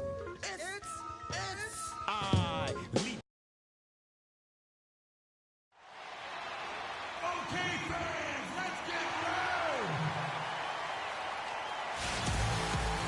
Welcome, folks. Thanks for tuning in to 2K Sports for the latest presentation of our NBA basketball. Kevin Harlan here along with Clark Kellogg and Greg Anthony. A contest between conferences, Oracle Arena, Oakland, California, where the Warriors take their home floor. And now the opening lineup for Detroit. Jennings and Caldwell Pope in the backcourt. Johnson is out there with Ilyasova. And it's Drummond in at the pivot spot, manning the middle. Down low, Ilyasova dishes to Johnson. Hits it from three-point range. Johnson's got himself going with the triple, his first basket of the game. And guys, how about Ilyasova last season shooting the basketball? Always a decent threat to score. His improvements in efficiency were amazing. He increased his field goal accuracy from 41 to 47% in only 1 year. Barnes can't get it to go. Not pretty. You just got to shake off a miss like that. So the whistle blows on the shot and 2 free throws for the contact right there. And we were talking about Ilyasova. There's a reason his field goal percentage went up last season. It wasn't necessarily better shooting. It was probably better shot selection. And I think the scheme played to his strengths. Lots of ball movement, penetration, kicking out the open spot-up shooters. Ersan showed us that's his kind of game. And guys, he's not the tallest or most imposing wing player, but Stanley Johnson has incredible strength and really unmatched confidence. One reason why so many were high on him in the draft. It's Drummond with the drive. Off to a good start as he hits his first shot attempt. Textbook, nice pass, great catch, even better finish. It's tipped and taken away by Johnson. Inside, here's Caldwell Pope. Out of bounds, Golden State takes possession. No clue where that pass was going. That is a brutal turnover. First quarter, about a minute and a half in. Here's Curry. The shot, no good. And the Pistons now going the other way.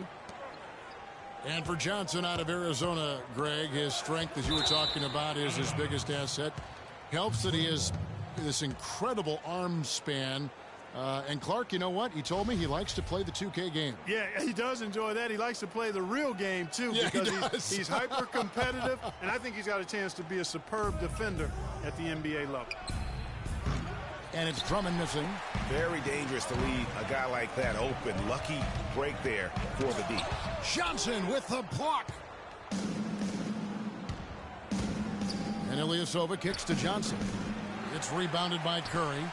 I'm a fan of anybody who defends that way. I mean, they weren't about to open the door and just allow him to cruise in for a layup. The Pistons have gone just 2 of 7 so far. A little bit of a slow start for them. And I like how he puts himself in position there to finish on the break. Yeah, you know, that's what we call seeing and feeling the game. Excellent read of how that play was going to develop and where the ball was going. That's stuff that you oftentimes can't teach, Greg. Detroit's gone 1 of 3 from beyond the arc so far in the game. That shot by Caldwell Pope, no good. You know, he's been off his game this quarter just a bit. Hasn't been able to get a whole lot to go so far. Kicks to Thompson. Fires from 18, and he gets it to go. Thompson's got his second bucket of the night. You know, basketball can be a thing of beauty, and the Warriors show just how gorgeous ball movement can be last year. Every possession looked like a well-orchestrated concert. It was incredibly fun to watch. Not so much fun, probably, to coach against. Green kicks to Thompson. He's looking for Bogut and finds him, and it's sent back by Drummond. Johnson against Curry. From the baseline, and it doesn't even draw iron. Well, there was no hand in his face right there. I thought for sure he was going to knock that down. Thompson with the bucket. And here in the first quarter, with a little over 3.5 minutes played, it's stolen by Green. And taken away by Johnson. It's tipped. It's Drummond with the drive. And it's sent back by Bogut. And now in transition, it's Barnes. Here we go. And Stanley Johnson is going to pick up the foul. That's his first foul. You know what? Tried to step in and cut him off, but just didn't get there quick enough. Yeah, he was one step late that time, Greg. Andre Iguodala. He's checked in for the Warriors. And a switcher also for Detroit. Jackson, he's checked in for Johnson. Here's Jackson. Off target from outside. Oh, that's a tough three-point try when you've got the defense right there. Well, he'd have to be really good to knock down a shot like that against that kind of defense. Clearly, he's one of the best there is in the business when it comes to making that lead pass. And Thompson kicks to Curry. And it's sent back by Drummond. Ilyasova passes to Jackson. And he drops in the layup off the glass. The Warriors lead it. Reggie Jackson had made some noise about wanting a big contract to be moved last year. Ultimately, he was traded to Detroit. Yep, Kevin traded from the Thunder to the Pistons, and it actually happened on deadline day. But this tug-of-war game continues. You know what? And they just keep flip-flopping the lead again and again and again. And, guys, that's lucky number 7 already in this game. And it's Thompson that time on the assist by Curry. And it's 8 points for Klay Thompson.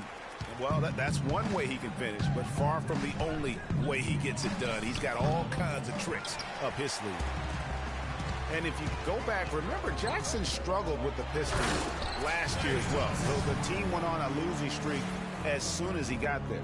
And back and forth we go. That bucket gives us another lead change. Too many of those to count. These teams have matched each other shot for shot, play for play. It has been impressive. Whistle blows. Yep, that's going to be a travel. Different look here for the Warriors. Spates checked in for Bogut. Mazzilli comes in for Green. Leandro Barbosa, he's checked in for Thompson. And it's Livingston in for Steph Curry. Detroit also making some changes. Aaron Baines, he's checked in for Andre Drummond. Marcus Morris comes in for Ilyasova. And it's Jody Meeks in for Brandon Jennings.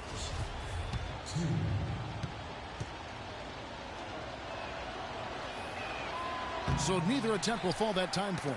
I didn't expect that result when he stepped up there. I'll bet he didn't either. As good a foul shooter as he is. Foul call that time on the way up. That'll give him 2 chances at the free throw line here. I mean, even from over here, you could see that one pretty clearly. No question about it, Greg. I mean, a ton of contact and a good call by the officials. He hits the second from the line. There's 21 seconds left in the first quarter of the game. Baines. Again, the miss by the Pistons. Warriors leading by 3. Here's Livingston. That one's good from the corner. 9 seconds left here in the first quarter. Feeds it to Caldwell Pope. To halt the run. No good.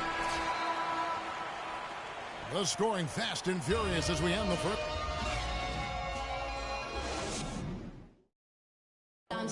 And Steph Curry, a player with in the gym range. He told us about his comfort. I was going to say, Greg, how big must that hoop look to Steph Curry? And tough to guard might be the understatement of the day. I mean, he is just an insanely great shooter. I mean, arguably, I don't think there's an argument. He's the best shooter in the world. The argument is whether or not he's the best shooter ever. And listen, I can imagine there's very few times that Coach Kerr is not going to allow this splash brother to let her rip. And now the second quarter just getting set to start. And a closer look here at the hustle stance for the Warriors. Well, in the first half of play, they're closing out aggressively, blocking shots, a key indicator of their activity on the defensive side. Something else they've done right so far from the get-go tonight is run. I mean, so much of their offense has come off the fast break. All fueled up and ready to go. Let's reset the lineups, courtesy of Gatorade, as the second quarter gets going.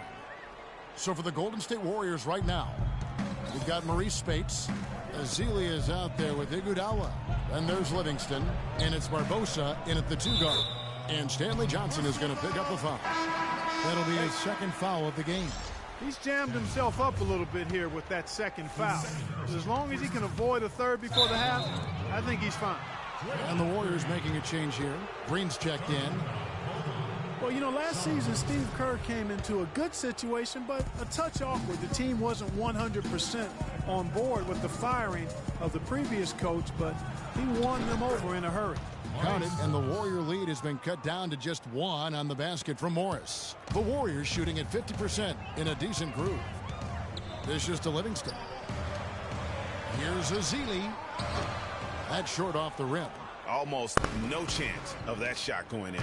Yeah, there were a lot of other places he could have gone with the basketball instead of forcing that shot up. Green with the block. Barbosa dishes to Iguodala. The 19-foot shot. They get it back. Green kicks to Barbosa. This one for 3. Good. Barbosa's got himself on the board with 3 there. Pistons trail by 4 to the paint. It's stolen. Now the Warriors moving it up. And the slam dunk by Iguodala. Well, they weren't going to pass up that chance to get out and run following the steal. They better not. I mean, they've got to pad their lead anytime an opportunity presents itself, and that was a golden one. Detroit, no good that time either. Warriors leading by 6. To the inside. Stolen by Jackson. Morris passes to Meeks. Here's Jackson. Pass to Meeks. Back to Morris.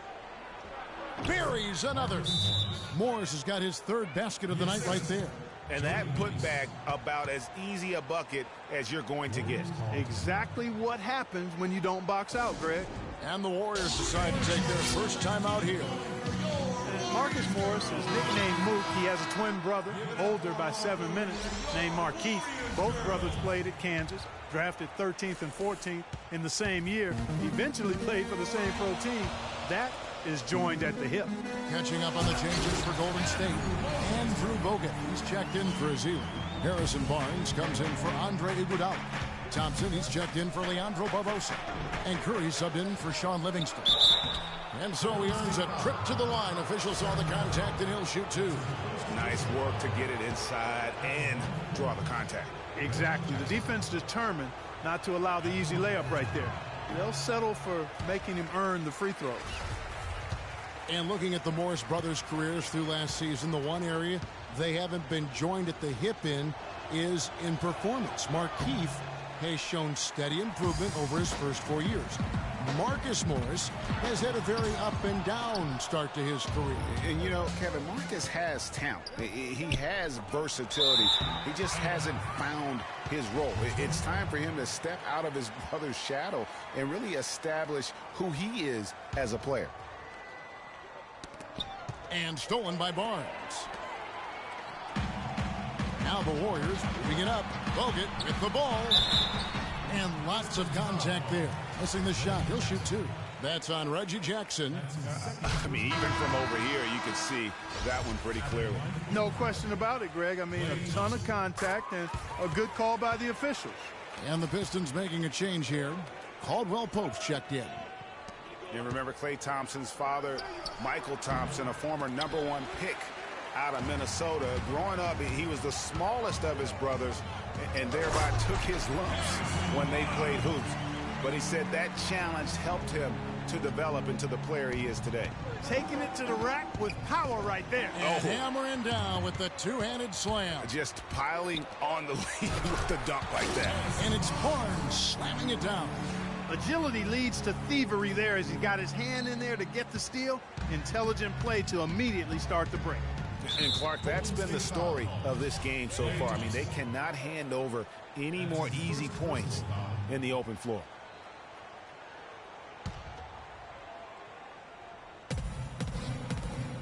Jackson against Curry. That drops. Jackson's got his second basket. And Klay Thompson, born into an athletic family. His father, the former #1 overall pick in the NBA draft. And Clark, his mom, was a Division I volleyball player. And, you know, Thompson, despite those genes, was not a highly recruited player out of high school. Grew up in UCLA's backyard, but ended up playing college ball at Washington State. And there's the call on Klay Thompson. That'll be his second foul of the game. And the Warriors making a change here. Spates is checked in. And now Barnes running the floor all by himself. Curry's shot is good. Boy, guys, they've shown some great passing on their last few trips down the floor. Excellent. 4 straight passes leading to scores. Great team play. Ilyasova banked in off the glass. Ilyasova's got his first 2 points of the night. The number of points they've scored in the paint already today is pretty eye-opening. It really is, Clark. The defenders need to do a better job of closing those lanes to the hoop. And how about Harrison Barnes, the Black Falcon? I mean, he was a high school phenom in Ames, Iowa, and a lottery pick back in 2012 after 2 seasons at Carolina. Remember also in high school, he was a teammate of Dougie McBuckets.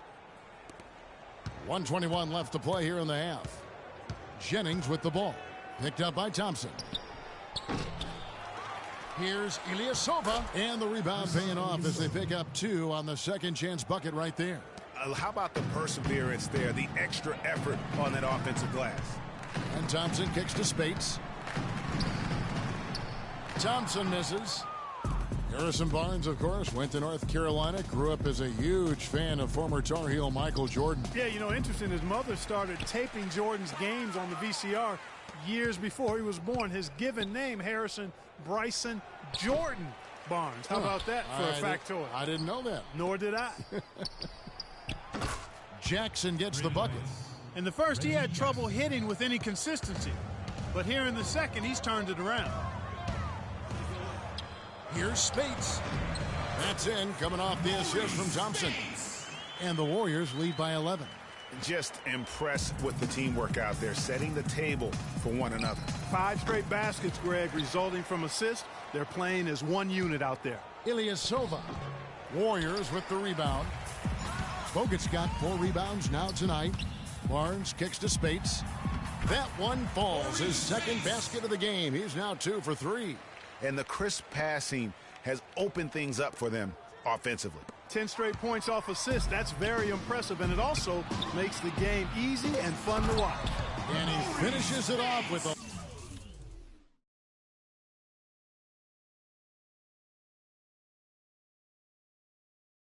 one-handed jam. Well, there you go. One team operating on all cylinders at either end, steals, fast break buckets, and the other team scrambling to find it. And that does it for the first. The 2K Sports Halftime Show.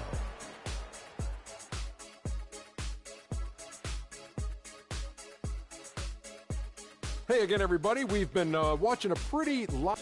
Klay Thompson putting in some serious work for the team tonight. And that'll do it for now as the second half of our game.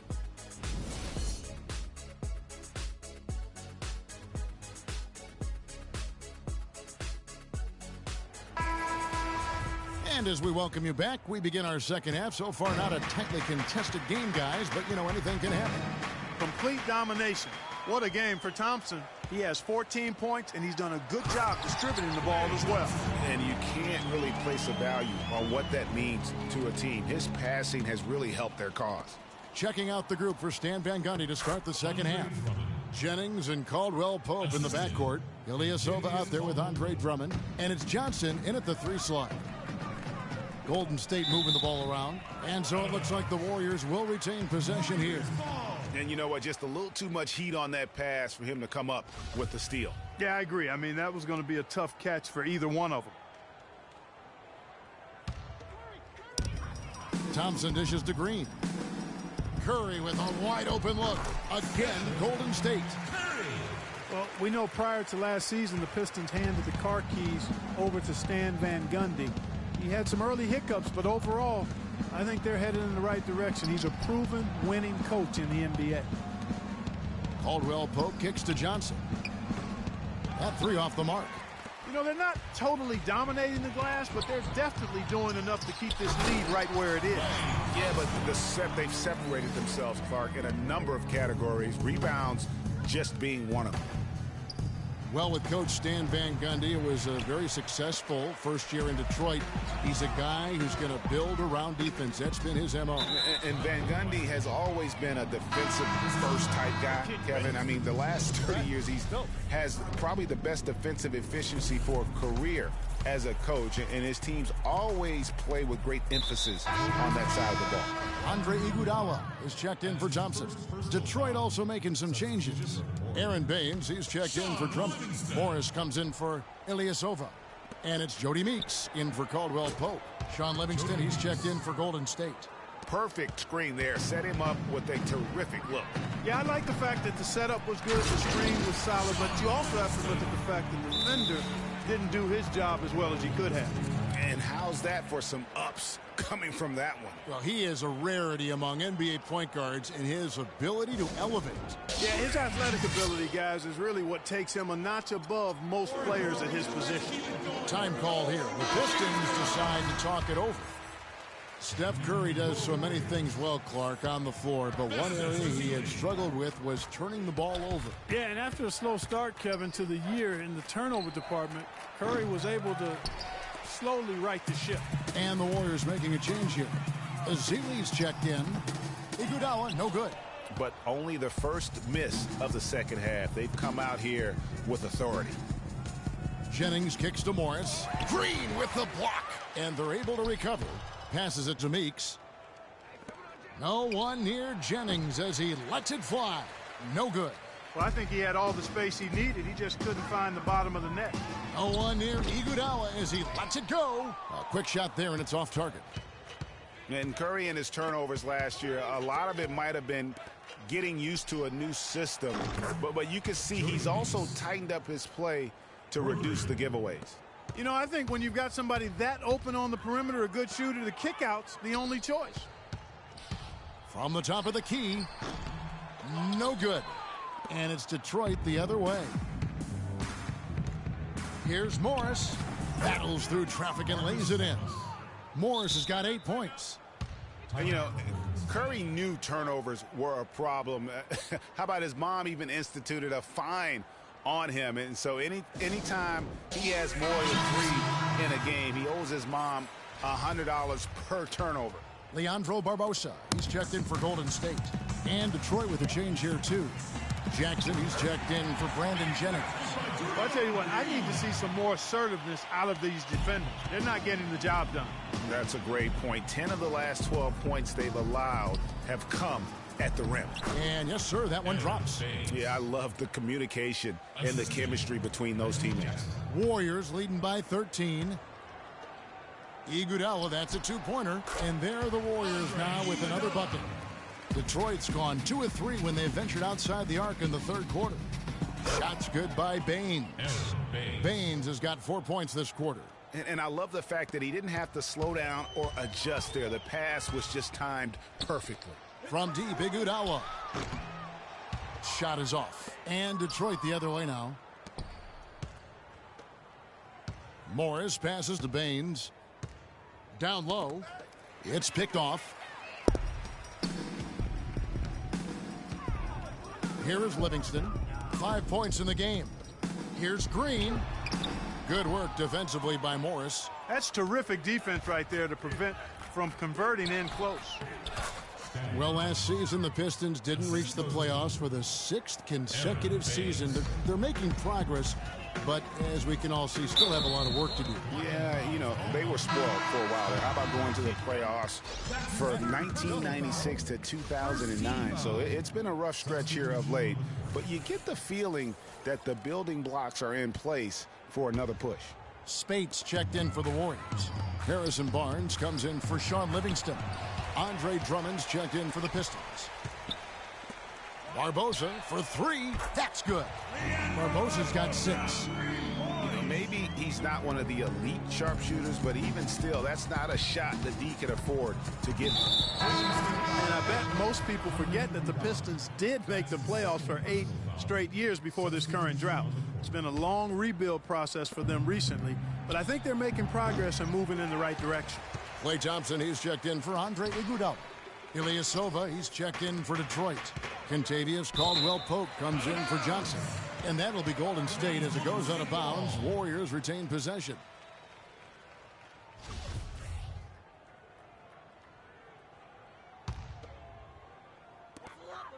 Spates dishes to Barnes.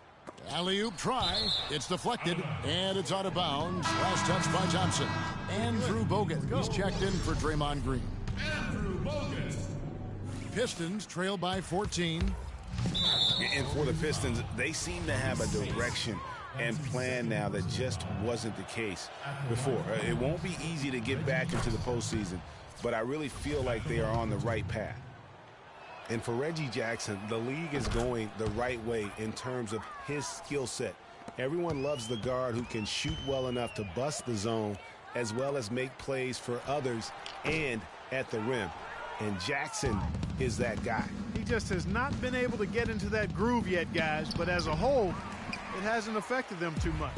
Warriors leading by 12. The finish, and it's Thompson with the jam.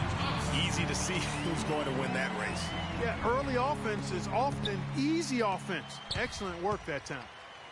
And back to Jackson. He really took on the playmaker role after being traded to the Pistons. As a Detroit player, he averaged over 9 assists a game, Clark, which would have put him 4th overall in the league and have been for a full campaign. Loved his aggressiveness, which led to opportunities for his teammates, but it also led to turnovers. That part of his game, he's got to tighten up. Outside, Meeks. That's good. Meeks got his 3rd basket of the night. Man, oh man, Kevin. He's really feeling it from three-point range now. All of a sudden, it seems like he just can't miss. 8-second difference between the shot clock and the game clock. Thompson with the bucket. He has created some terrific opportunities for himself and really made the most of it. Here's Drummond. Thompson with the rebound. Thompson's got his 3rd rebound on the night. It just hasn't been a very good day for him, guys. They need him to start burying some of those. Threw it down with authority. Oh, he can really fly. And you combine that, Clark, with some of the nice penetration too, and you've got an easy 2 points. And able to just play well above the rim. I mean, that makes this guy so dangerous when he's in the game. Well, through 3 quarters of play, down double digits, it may be difficult.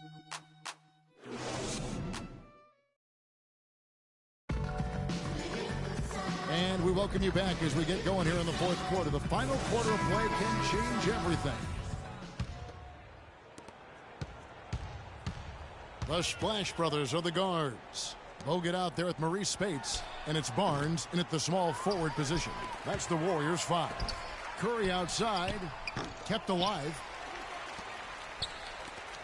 They shoot again, and Spates with the basket on the assist by Curry.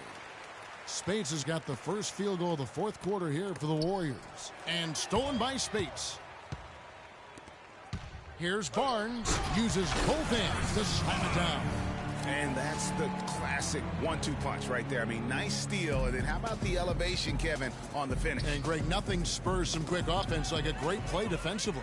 That indicates the importance of great on-the-ball defense, as was displayed right there. And there's the slam dunk to finish it off. And they've looked terrific in transition today. That's had a lot to do with their success. Well, it certainly has. I mean, they've done a really good job recognizing anytime they've had the numbers advantage, and then they've taken advantage. We've seen it time and time again here. The edge on the glass is the difference. It's allowed them to build this lead. And really a reflection of their superior effort level to this point. It seems to me they've gone after this win a little bit more. The dish to Jennings. The Pistons working the ball around now. And it's the Warriors on the break. And that one's good. Barnes has got 6 in the quarter. And a chance now to catch up on some numbers here. The hustle stats for the Warriors. The activity level defensively, I've really been impressed with. They've been in attack mode on the defensive end. You know, adding on to that, you look at their block totals tonight, and you see how feisty they've been on the defensive end this game. For the Pistons, Anthony Tolliver. He's checked in for Morris. Reggie Bullock comes in for Johnson. And Spencer Dinwiddie subbed in for Caldwell Pope. And it's the Warriors' ball. It's been 8 unanswered points for him. And the slam dunk by Spates. And he's been the catalyst all game long. Love how he's distributing the basketball. No doubt about it, Greg. I mean, when the offense runs through him, it's really smooth. Here's Barnes, and he takes the fantastic lead pass up strong for the slam. Oh, they are putting the hammer down. A huge lead right now. Yeah, and it doesn't matter if we're talking about their offense or their defense. I mean, it's all been good. And Thompson kicks to Spates. Out of bounds, Golden State takes possession. That is just a careless turnover. You've got to be smarter in those exchanges. Different look here for the Warriors. Festus Ezeli, he's checked in for Bogut. Rush comes in for Harrison Barnes. Andre Iguodala, he's checked in for Thompson. And it's Livingston in for Curry. Dinwiddie with the bucket. Man, they came out smoking here from beyond. And Greg, as hot as they are from out there, absolutely no reason at all not to just keep letting them fly. Livingston, that's good. It seems that every pass they make is leading to a score here. I mean, that's just exquisite ball movement. And that's because the ball is looking for the best shot, and it's really paid off for them during the run. I tell you what, he's not an easy guy to stop when he's got his sight on the rim. Never has been, never will be. He is a determined finisher. Did he just go chop there with that one-hand tomahawk slam? Here's Golden State. They're on a 17-5 run. Deep 2 from Rush. Rebound by the Pistons. A bit under 3.5 minutes have passed here in the fourth. And he gets the bucket. Assisted. Golden State's gone 1 of 3 from outside the arc since we've reached the fourth quarter. Here's Iguodala. And it's Iguodala again missing. Second chance shot. Offensive rebound. Rush outside, and the shot is good. Boy, such outstanding patience and decision-making for them offensively. Absolutely. Their ball movement has been outstanding, and they're piling up the assists. And there's a foul. It's on Maurice Spates. And that'll be his 3rd foul so far. And the Warriors making a change here. Barbosa's checked in. Detroit also making some changes. Drummond's checked in for Aaron Baines. And Steve Blake is subbed in for Brandon Jennings. And the officials signal the backcourt violation. Not very careful there. That's a couple of very shaky possessions in a row. One turnover right on top of the other. Time to just slow it down, make the simple play, and get a good shot. And it's Drummond missing. Yeah, but the hand in the face. It's critical that you contest his shots every time down the floor. Out of bounds, Detroit takes possession. Boy, did they ever make a mess out of that one. A terrible turnover.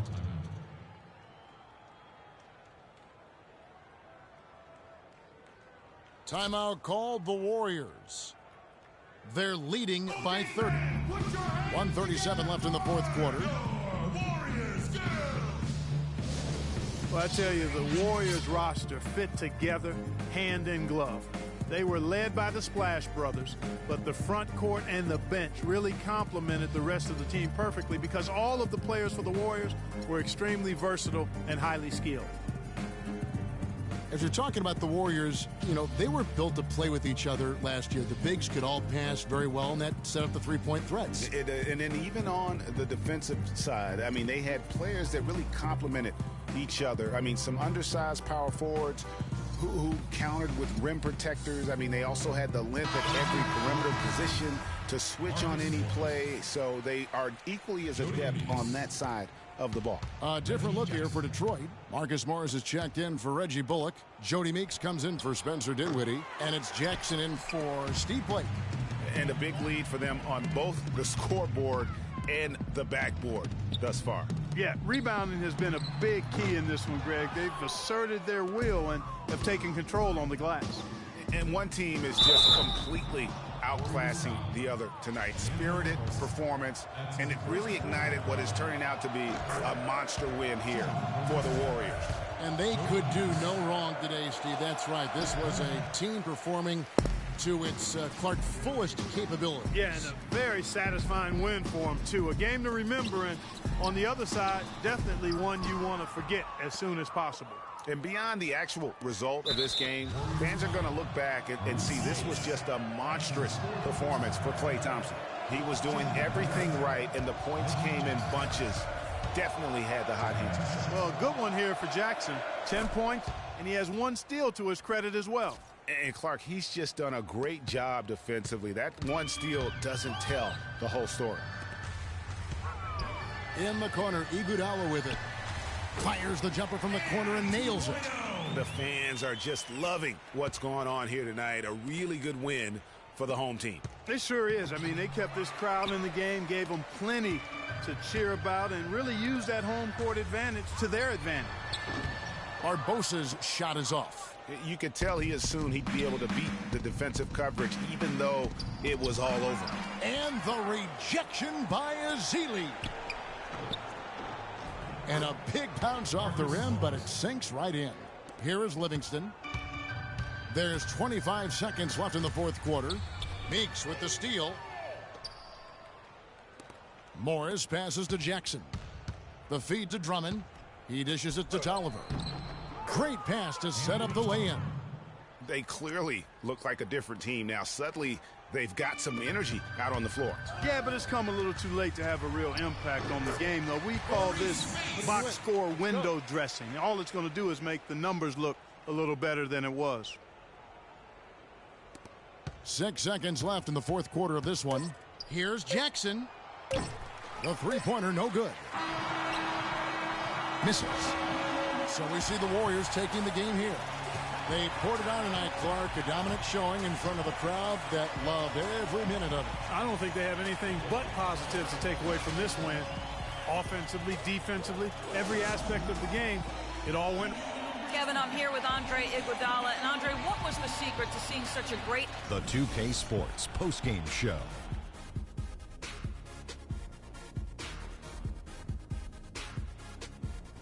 Thank you, Kevin. And now we have the opportunity to present our Klay Thompson. Klay Thompson is everything you want in a swingman. Long and athletic. And that's it for our broadcast here tonight. But we're just...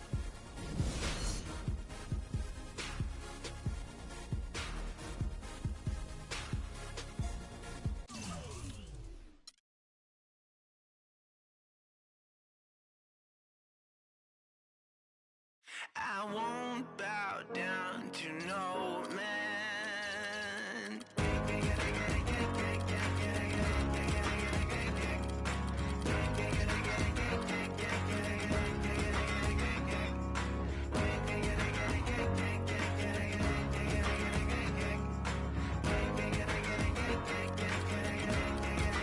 Not even if I need to ride to the next village. Not if I need to cross continents.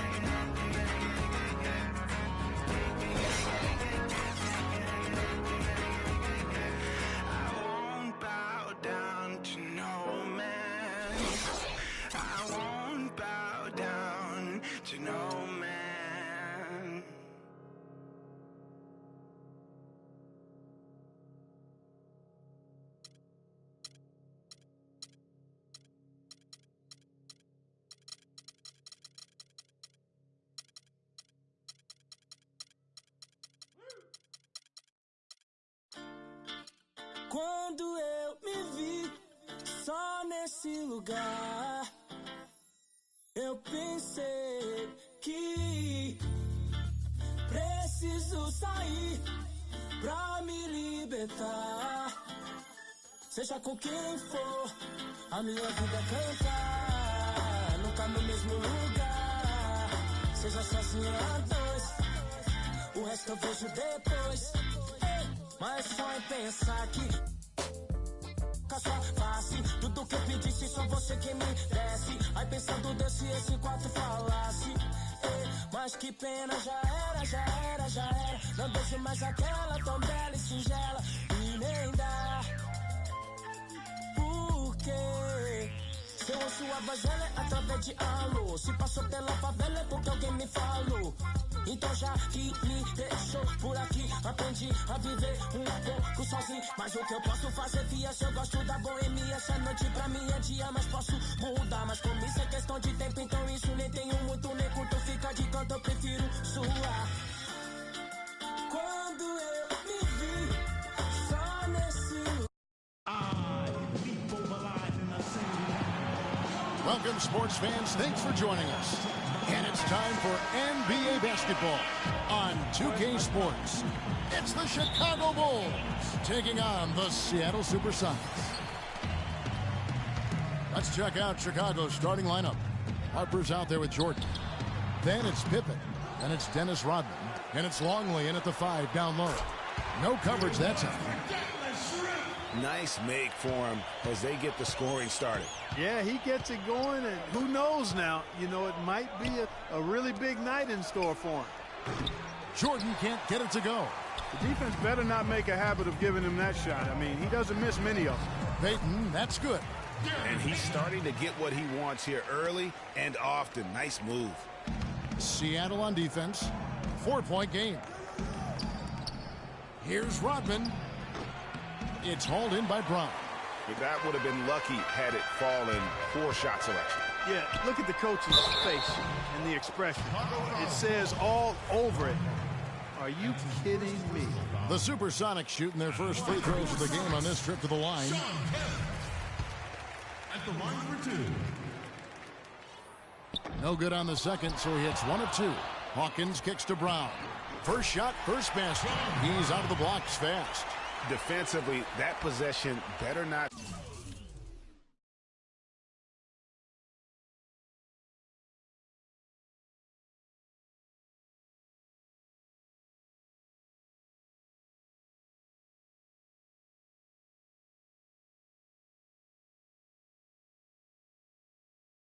Start a trend because they just handed him 2 points. Bulls still looking like they're getting going. Here's Longley. Rebounded by Kemp. Yeah, early on, 3 misses to open the game. Their offense right now still trying to find its way. Left side, Jordan. It's taken away by Payton. And they're pushing it up. And there's the whistle, called a clear path foul there. Yep. And he'll shoot 2 at the line. The Supersonics shooting their 3rd and 4th free throw shots of the night. The free throw drops for Schrempf.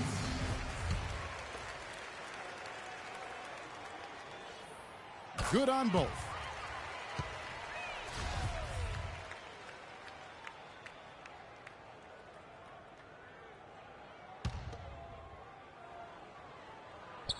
First quarter of play with about a minute and a half gone. It's stolen by Rodman. And so it looks like the Bulls will retain possession here. Risky pass in a situation like that. Very lucky that wasn't a steal. Fortunate to get it through. I thought he was headed the other way with that one.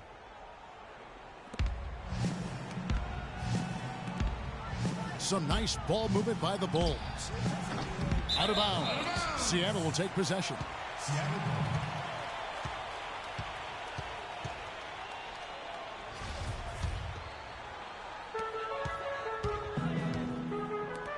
There's the pass to Hawkins. Stolen by Pippen.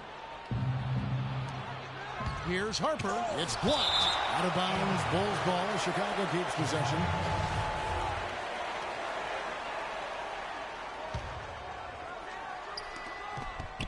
Blocks it again, but they recover it.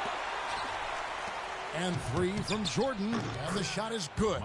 Jordan's got his first bucket of the game, and he's on the board for 3. You know, the defense was lax right there, and he's able to make them pay.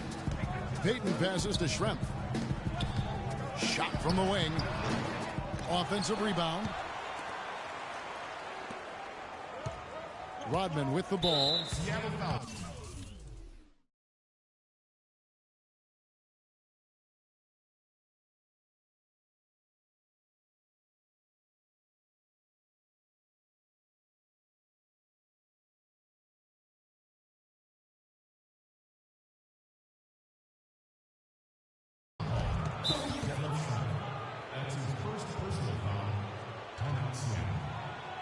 And the first time out of the game called for Seattle. Get on up for your Sonic Dance Team.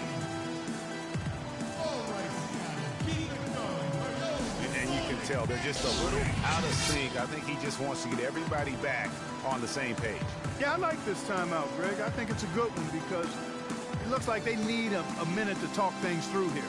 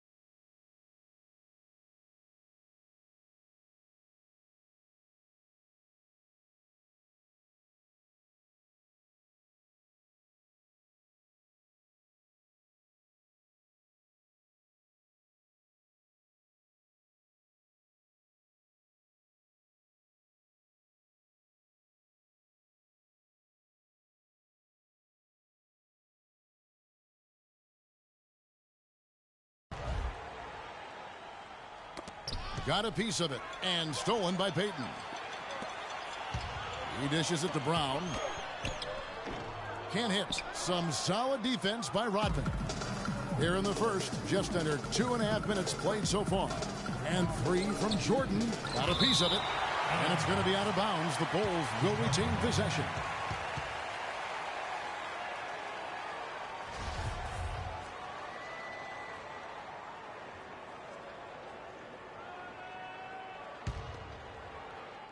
Here's Jordan. Harper dishes to Jordan. Poked loose. It's stolen by Brown. Kemp kicks to Schrempf.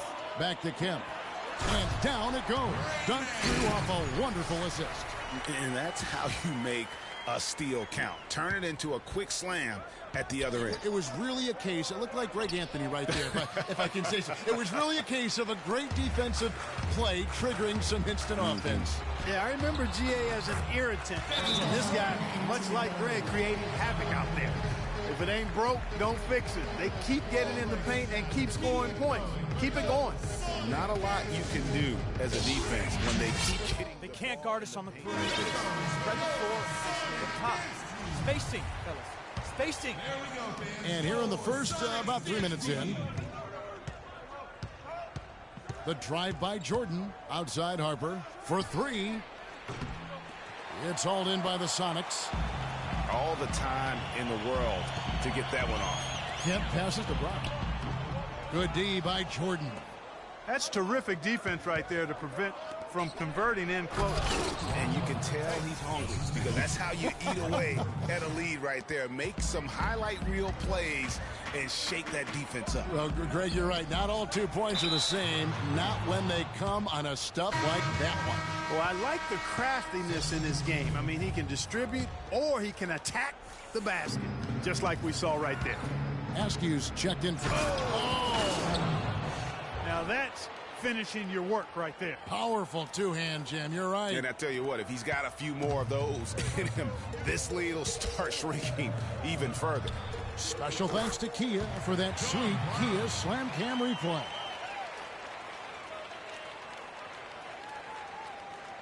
Bulls trail by 8.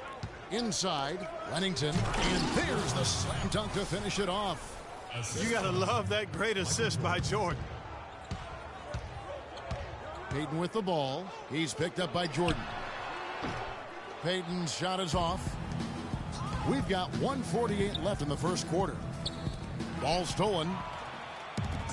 And here's the fast break. Askew passes to Payton. That's tipped.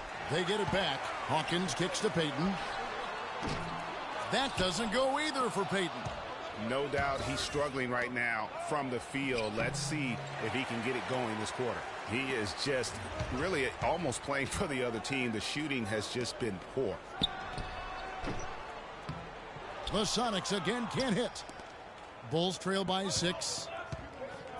It's deflected. Here's Jordan. Basket made, just his second this contest. He's 2 for 7 now. You know, they've scored several times.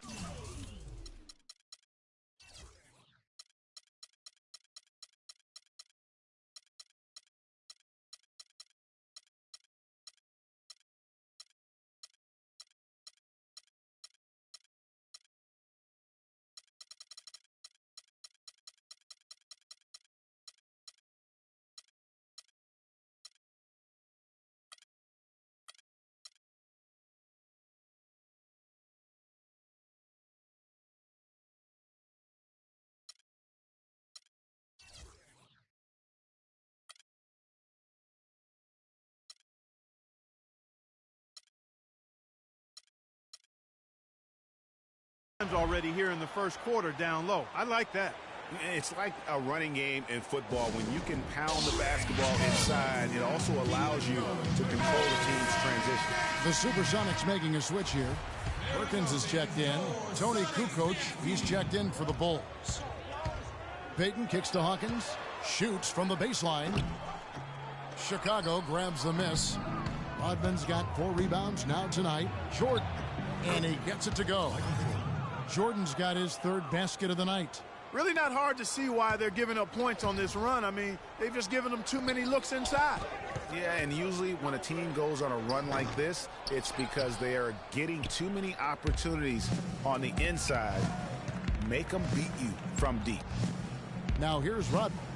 He hasn't yet put up any points in this one. Boy, he shows a lot of desire when he's fighting for that tough board. And his length doesn't hurt either. Payton, good. 26 seconds left here in the first quarter. Jordan the pass to Wennington. For 3, Kerr. And the Bulls get it back. Out to Kukoc. For 3, Kemp with the rebound. Here's Askew. And that one's on target from the wing. Askew's got his first points in this one. And here's Jordan outside and released it in time, but it's off the mark. No shortage of scoring here at the end of the first quarter. Sonics lead by 6. And back with the start of the second quarter in just a moment. And the first quarter is in the books. Second about ready to get underway. And let's quickly break down the game we've seen from Seattle. Guys?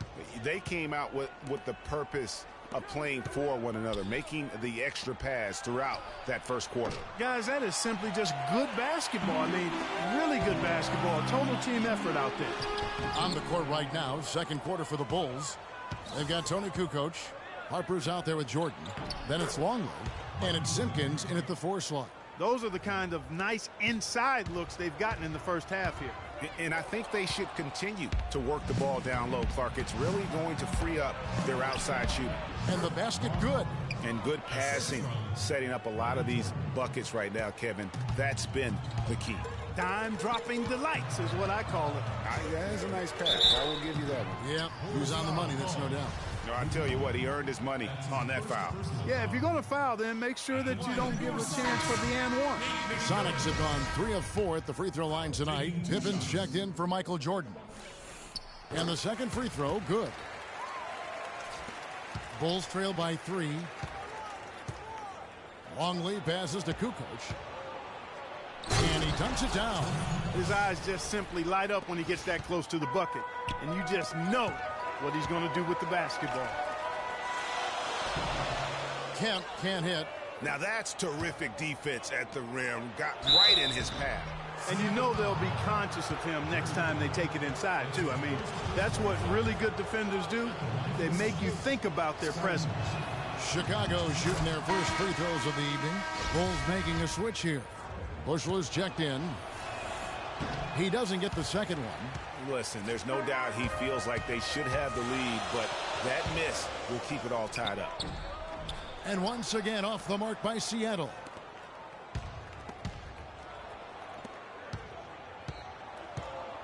Harper dishes to Pippen. Nails the wide open jump shot. Pippen's got 5. Boy, they've gone on this run, and ball movement has been a big key.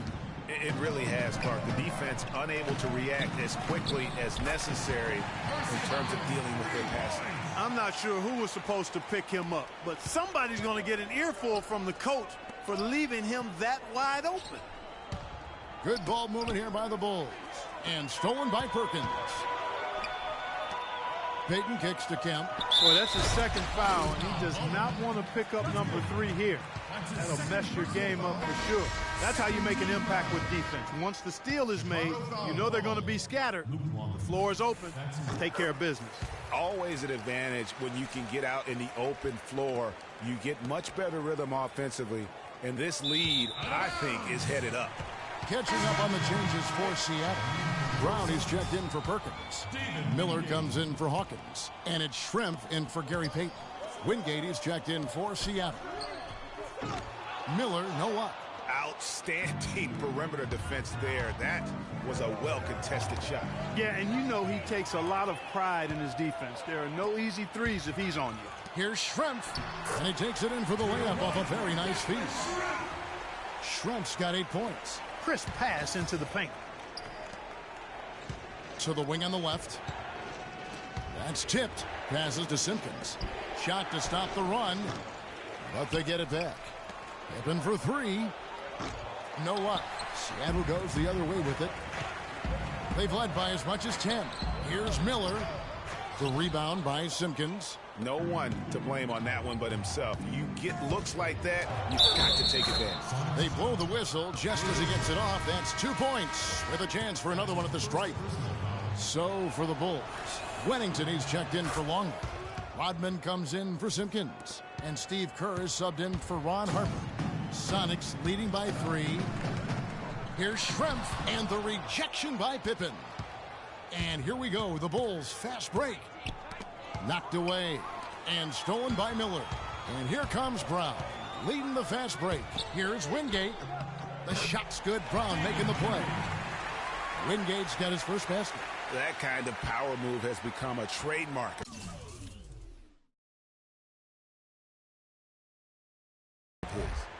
Bulls trail by 5. Outside for Pippen. That's tipped, poked away, and so it looks like the Bulls will retain possession here. Askew's checked in for Wingate. Vincent Askew.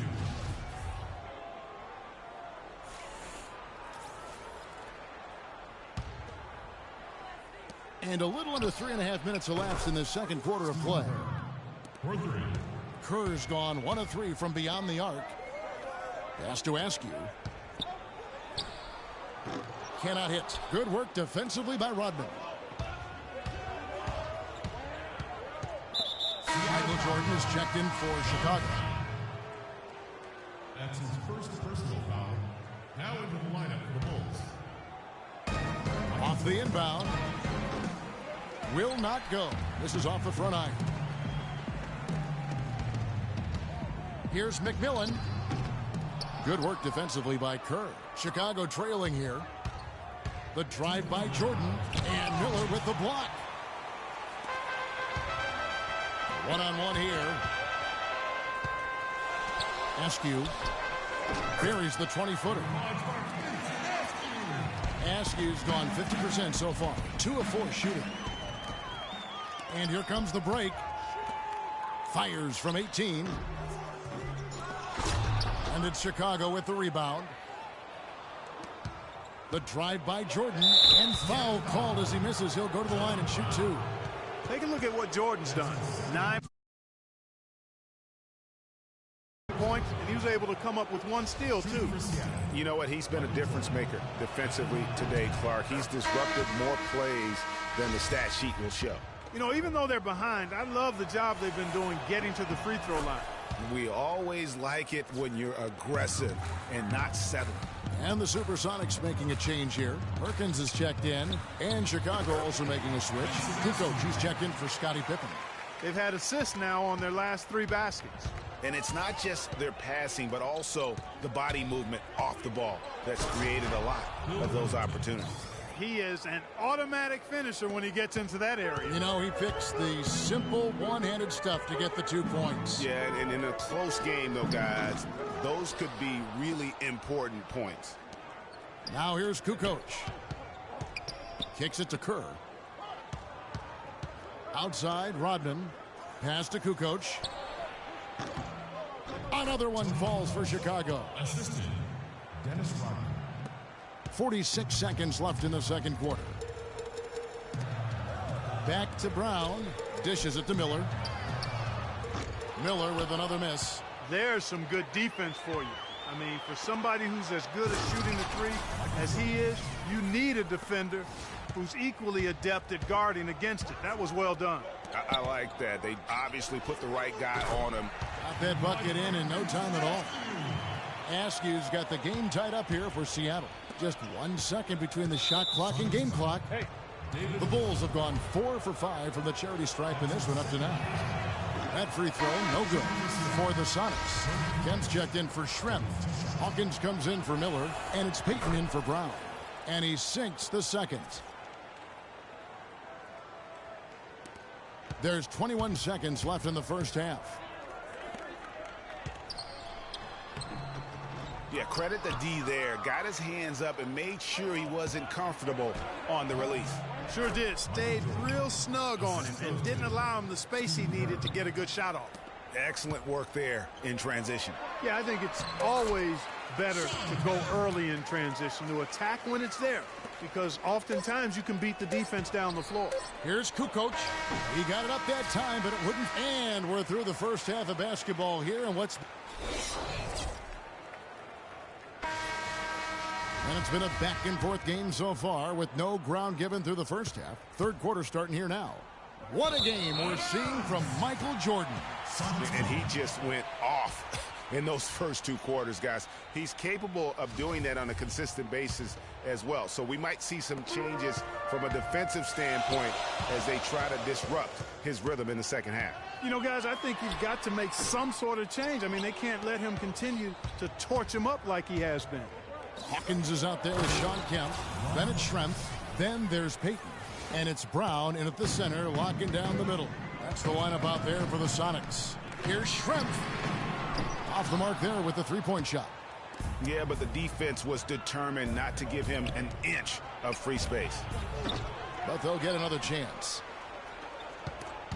Picked him clean. Payton passes to Kemp. Here's Schrempf. And once again off the mark by Seattle. You know, the right thing there to try to fade away with the D all over him, but that is a difficult shot to sink. Rodman with the bucket. Pretty much all of their buckets coming from inside the paint now. That's right. 5 of their last 6 makes were on the interior. They've established their inside presence. Kemp kicks to Payton. Stolen by Pippen. Rodman dishes to Harper. And he uses the glass on the layup.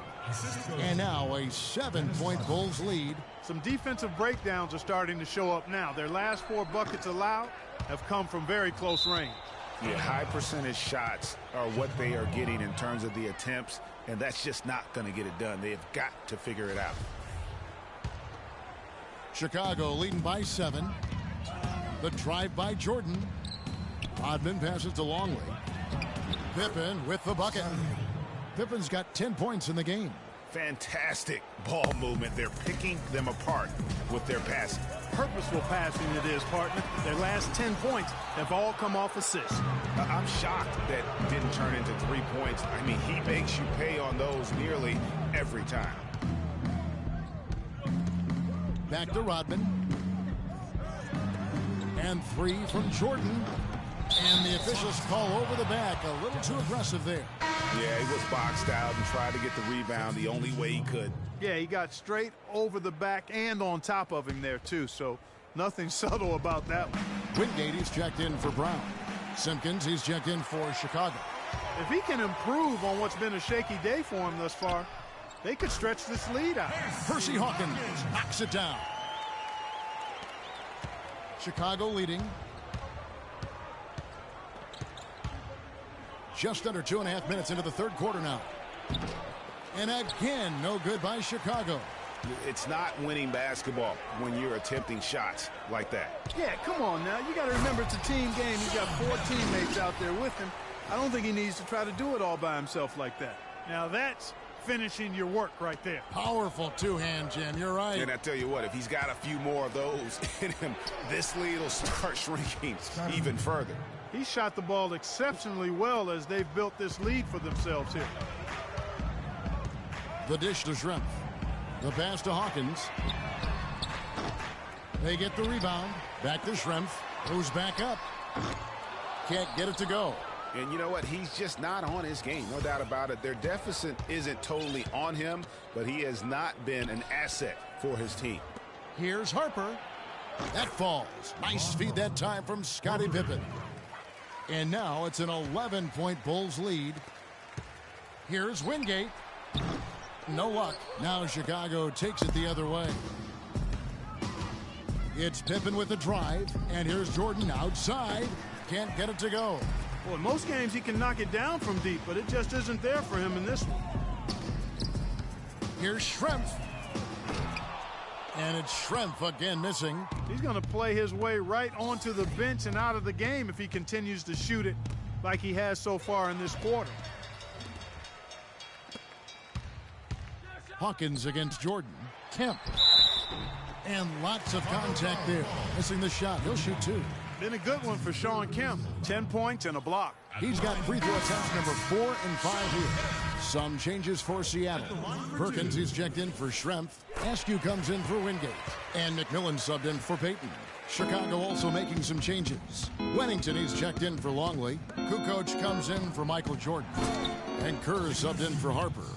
Tell you what, he can do a lot more damage to that rim than that when he wants to. And you know, Clark, with the lead they're enjoying, I'm surprised he didn't put a little something extra on that one. Me too. Well, I'll tell you what, I'm glad he didn't, because otherwise we'd probably have a 45-minute delay here if he shattered the backboard. And Pippen gets it to go. What a big-time mismatch it's been in the post. Where's the defensive adjustment? They're getting housed down there. Yeah, something's got to change. A double team, maybe a substitution, but this is getting out of hand. The basket there by Sam Perkins. A minute 20 left in the third quarter.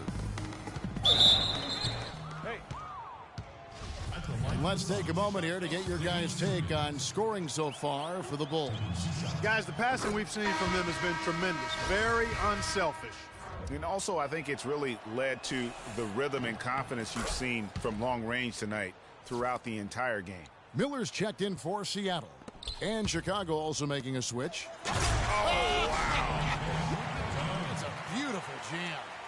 Rising up and hammering it home. That could be just what they need to pick their energy up. Wow, it definitely got the guys on the bench on their feet. I'll say that for man, oh man, was that and no doubt about it, guys. That's one of those plays that will pick up his teammates. A lot of times a play like that is just what you need to get the adrenaline flow for your team. And that replay sponsored by Kia, the Kia Slam Cam, giving us a great look at that one. And it's the Bulls with the ball. Seattle able to drain the 3. Kevin, I didn't like that defensive effort at all, but they're lucky he missed it. Yeah, you hope that's not indicative of the type of D they're going to play, because if they do, they're going to have struggles with him tonight. On the wing, Kukoc. Back to Pippen. Can't get it to go. Seattle goes the other way with it. It's 3-on-3 on the fast break. Shot and game clock separated by 5. Trying to get open is Miller. Such a wide open look. And now it's only a 5-point Bulls lead. Well, he could have earned some style points there, but he really doesn't need to use the fadeaway when he's that wide open. Pippen kicks to Kerr. Good. Kerr's got his second basket of the night. Worked that one inside nicely. Here's McMillan. And another three for Seattle.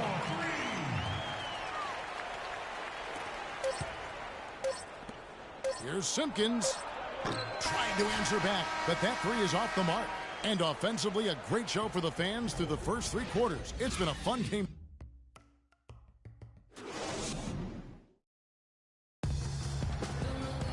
All right, we welcome you back to what's been a hard-fought battle. Fourth quarter should be good.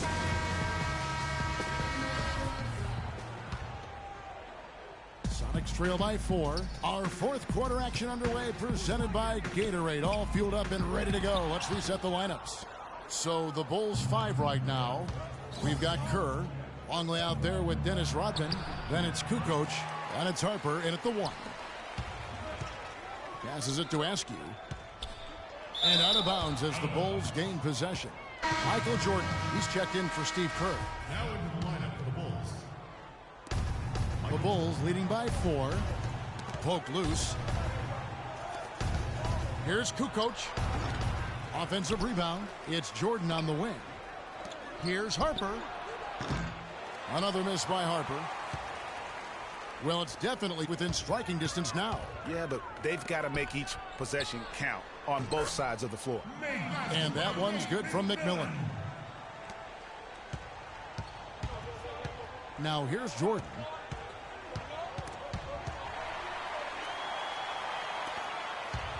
By himself, the fast break ends at the rim with a jam. Yeah, how about the sharp steal and then run out? It looks like they're ready to put the hammer down. Well, we've been waiting for one of these teams, Greg, to pull away. Maybe that'll be a springboard for them. Could be. A dunk like that coming off a great defensive play has to build some momentum. A few possessions into the fourth quarter, just over a minute played. That's good. And that bucket adds to what has been a big difference in points in the paint between the two teams.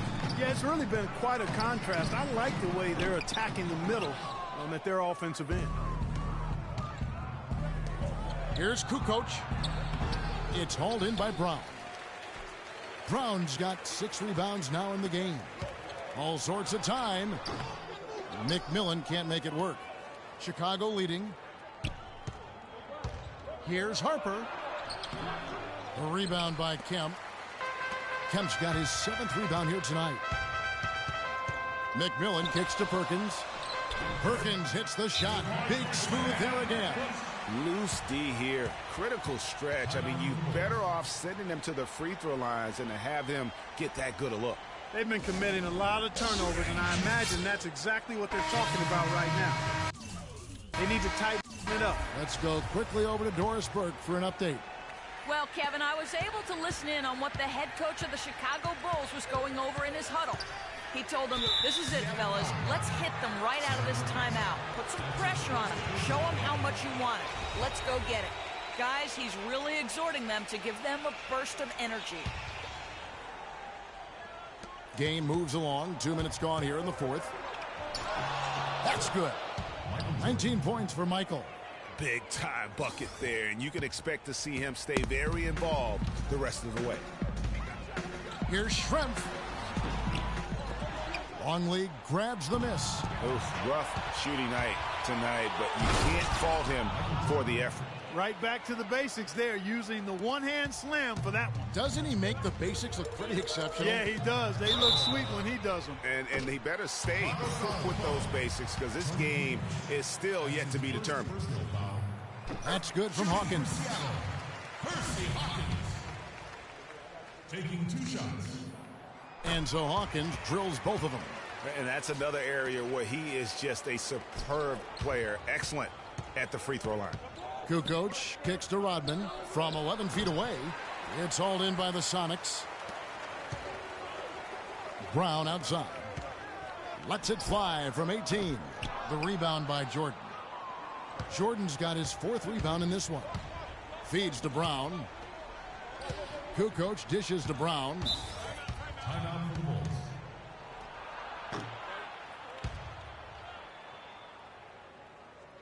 Time called here. The Bulls decide to talk it over. You can tell he's in a lot of pain.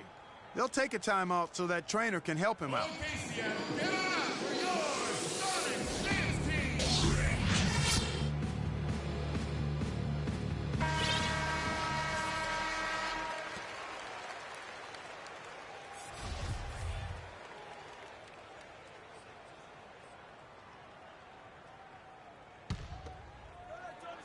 And we're about 3 minutes into the fourth quarter. And again, Chicago, no good. One made three formed for the game. Does he focus closer in? Let's see. Out of bounds, Supersonics ball as Seattle keeps possession.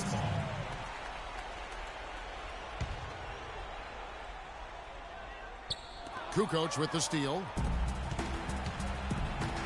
Brown outside. Bulls moving the ball around. Perkins kicks to Brown. Perkins, the pass to Brown to take the lead. Kicks it out to Hawkins. The feed to Shrimp. This one for three. And it's Chicago with the rebound. Rodman's got 13 rebounds in the game. Class eating. Jordan can't get that one to fall. They get that one, but guys, on the night, that's been the problem, securing the ball.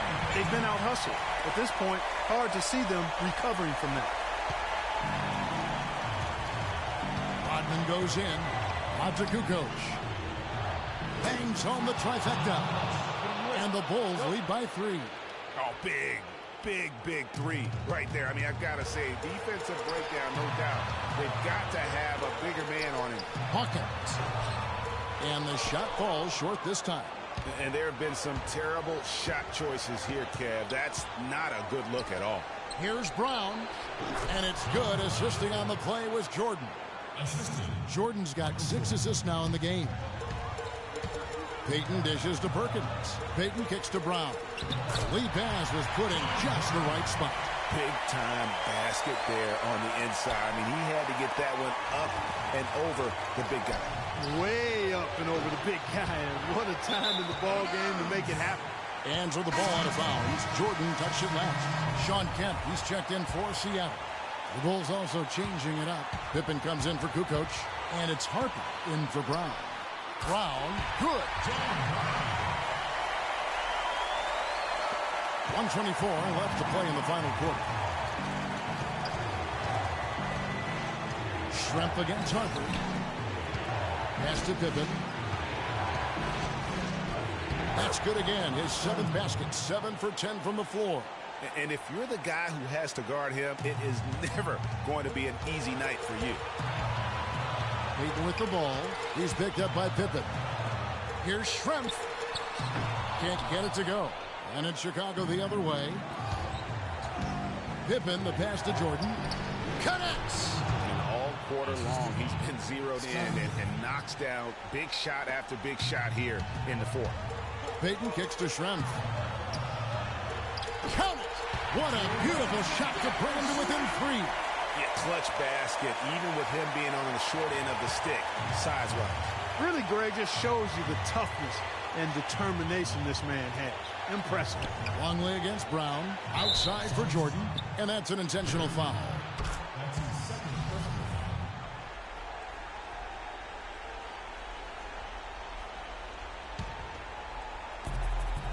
And so here is Chicago. 13 points was their biggest lead in the game. Rodman passes to Longley. And here's Jordan outside. Jordan with another miss. Tell you what, the defense has nothing to worry about out there with him shooting. I mean, he can't dial it in from deep this half at all. And so they choose to intentionally foul. He drops the first one, and that gives them a 4-point cushion. And a tough break is his second attempt at the line. No good. Well, it's urgent time right now. This is when they got to come up big. Yeah, you got to get points here. I mean, there's no way you can get around it. You've got to be able to get baskets here in a short period of time.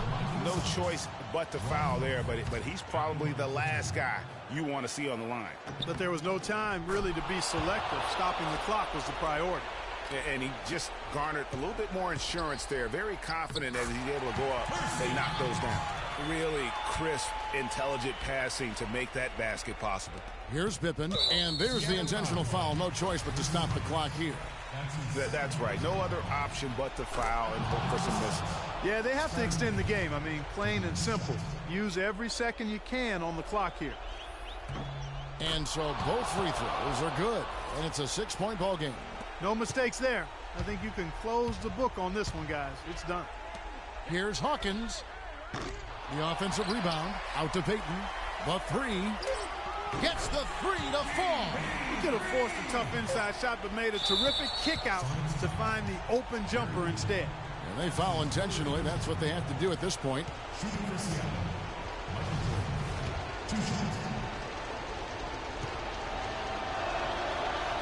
And that hurts as he doesn't get the first one to fall. Trying to focus now on the second. And he ends up making the second, and that gives them a 4-point cushion. Hawkins off on that one. And so the big win by Chicago in a tight game. A truly gutsy performance away from home. You know, it really was. And Kevin, when this one was hanging in the balance late, they showed just what a tough-minded group they can be. And that's going to do it tonight, folks, for our broadcast. This is Kevin Harlan saying thank you for watching. Now it's time for the Jordan Player of the Game, Michael Jordan.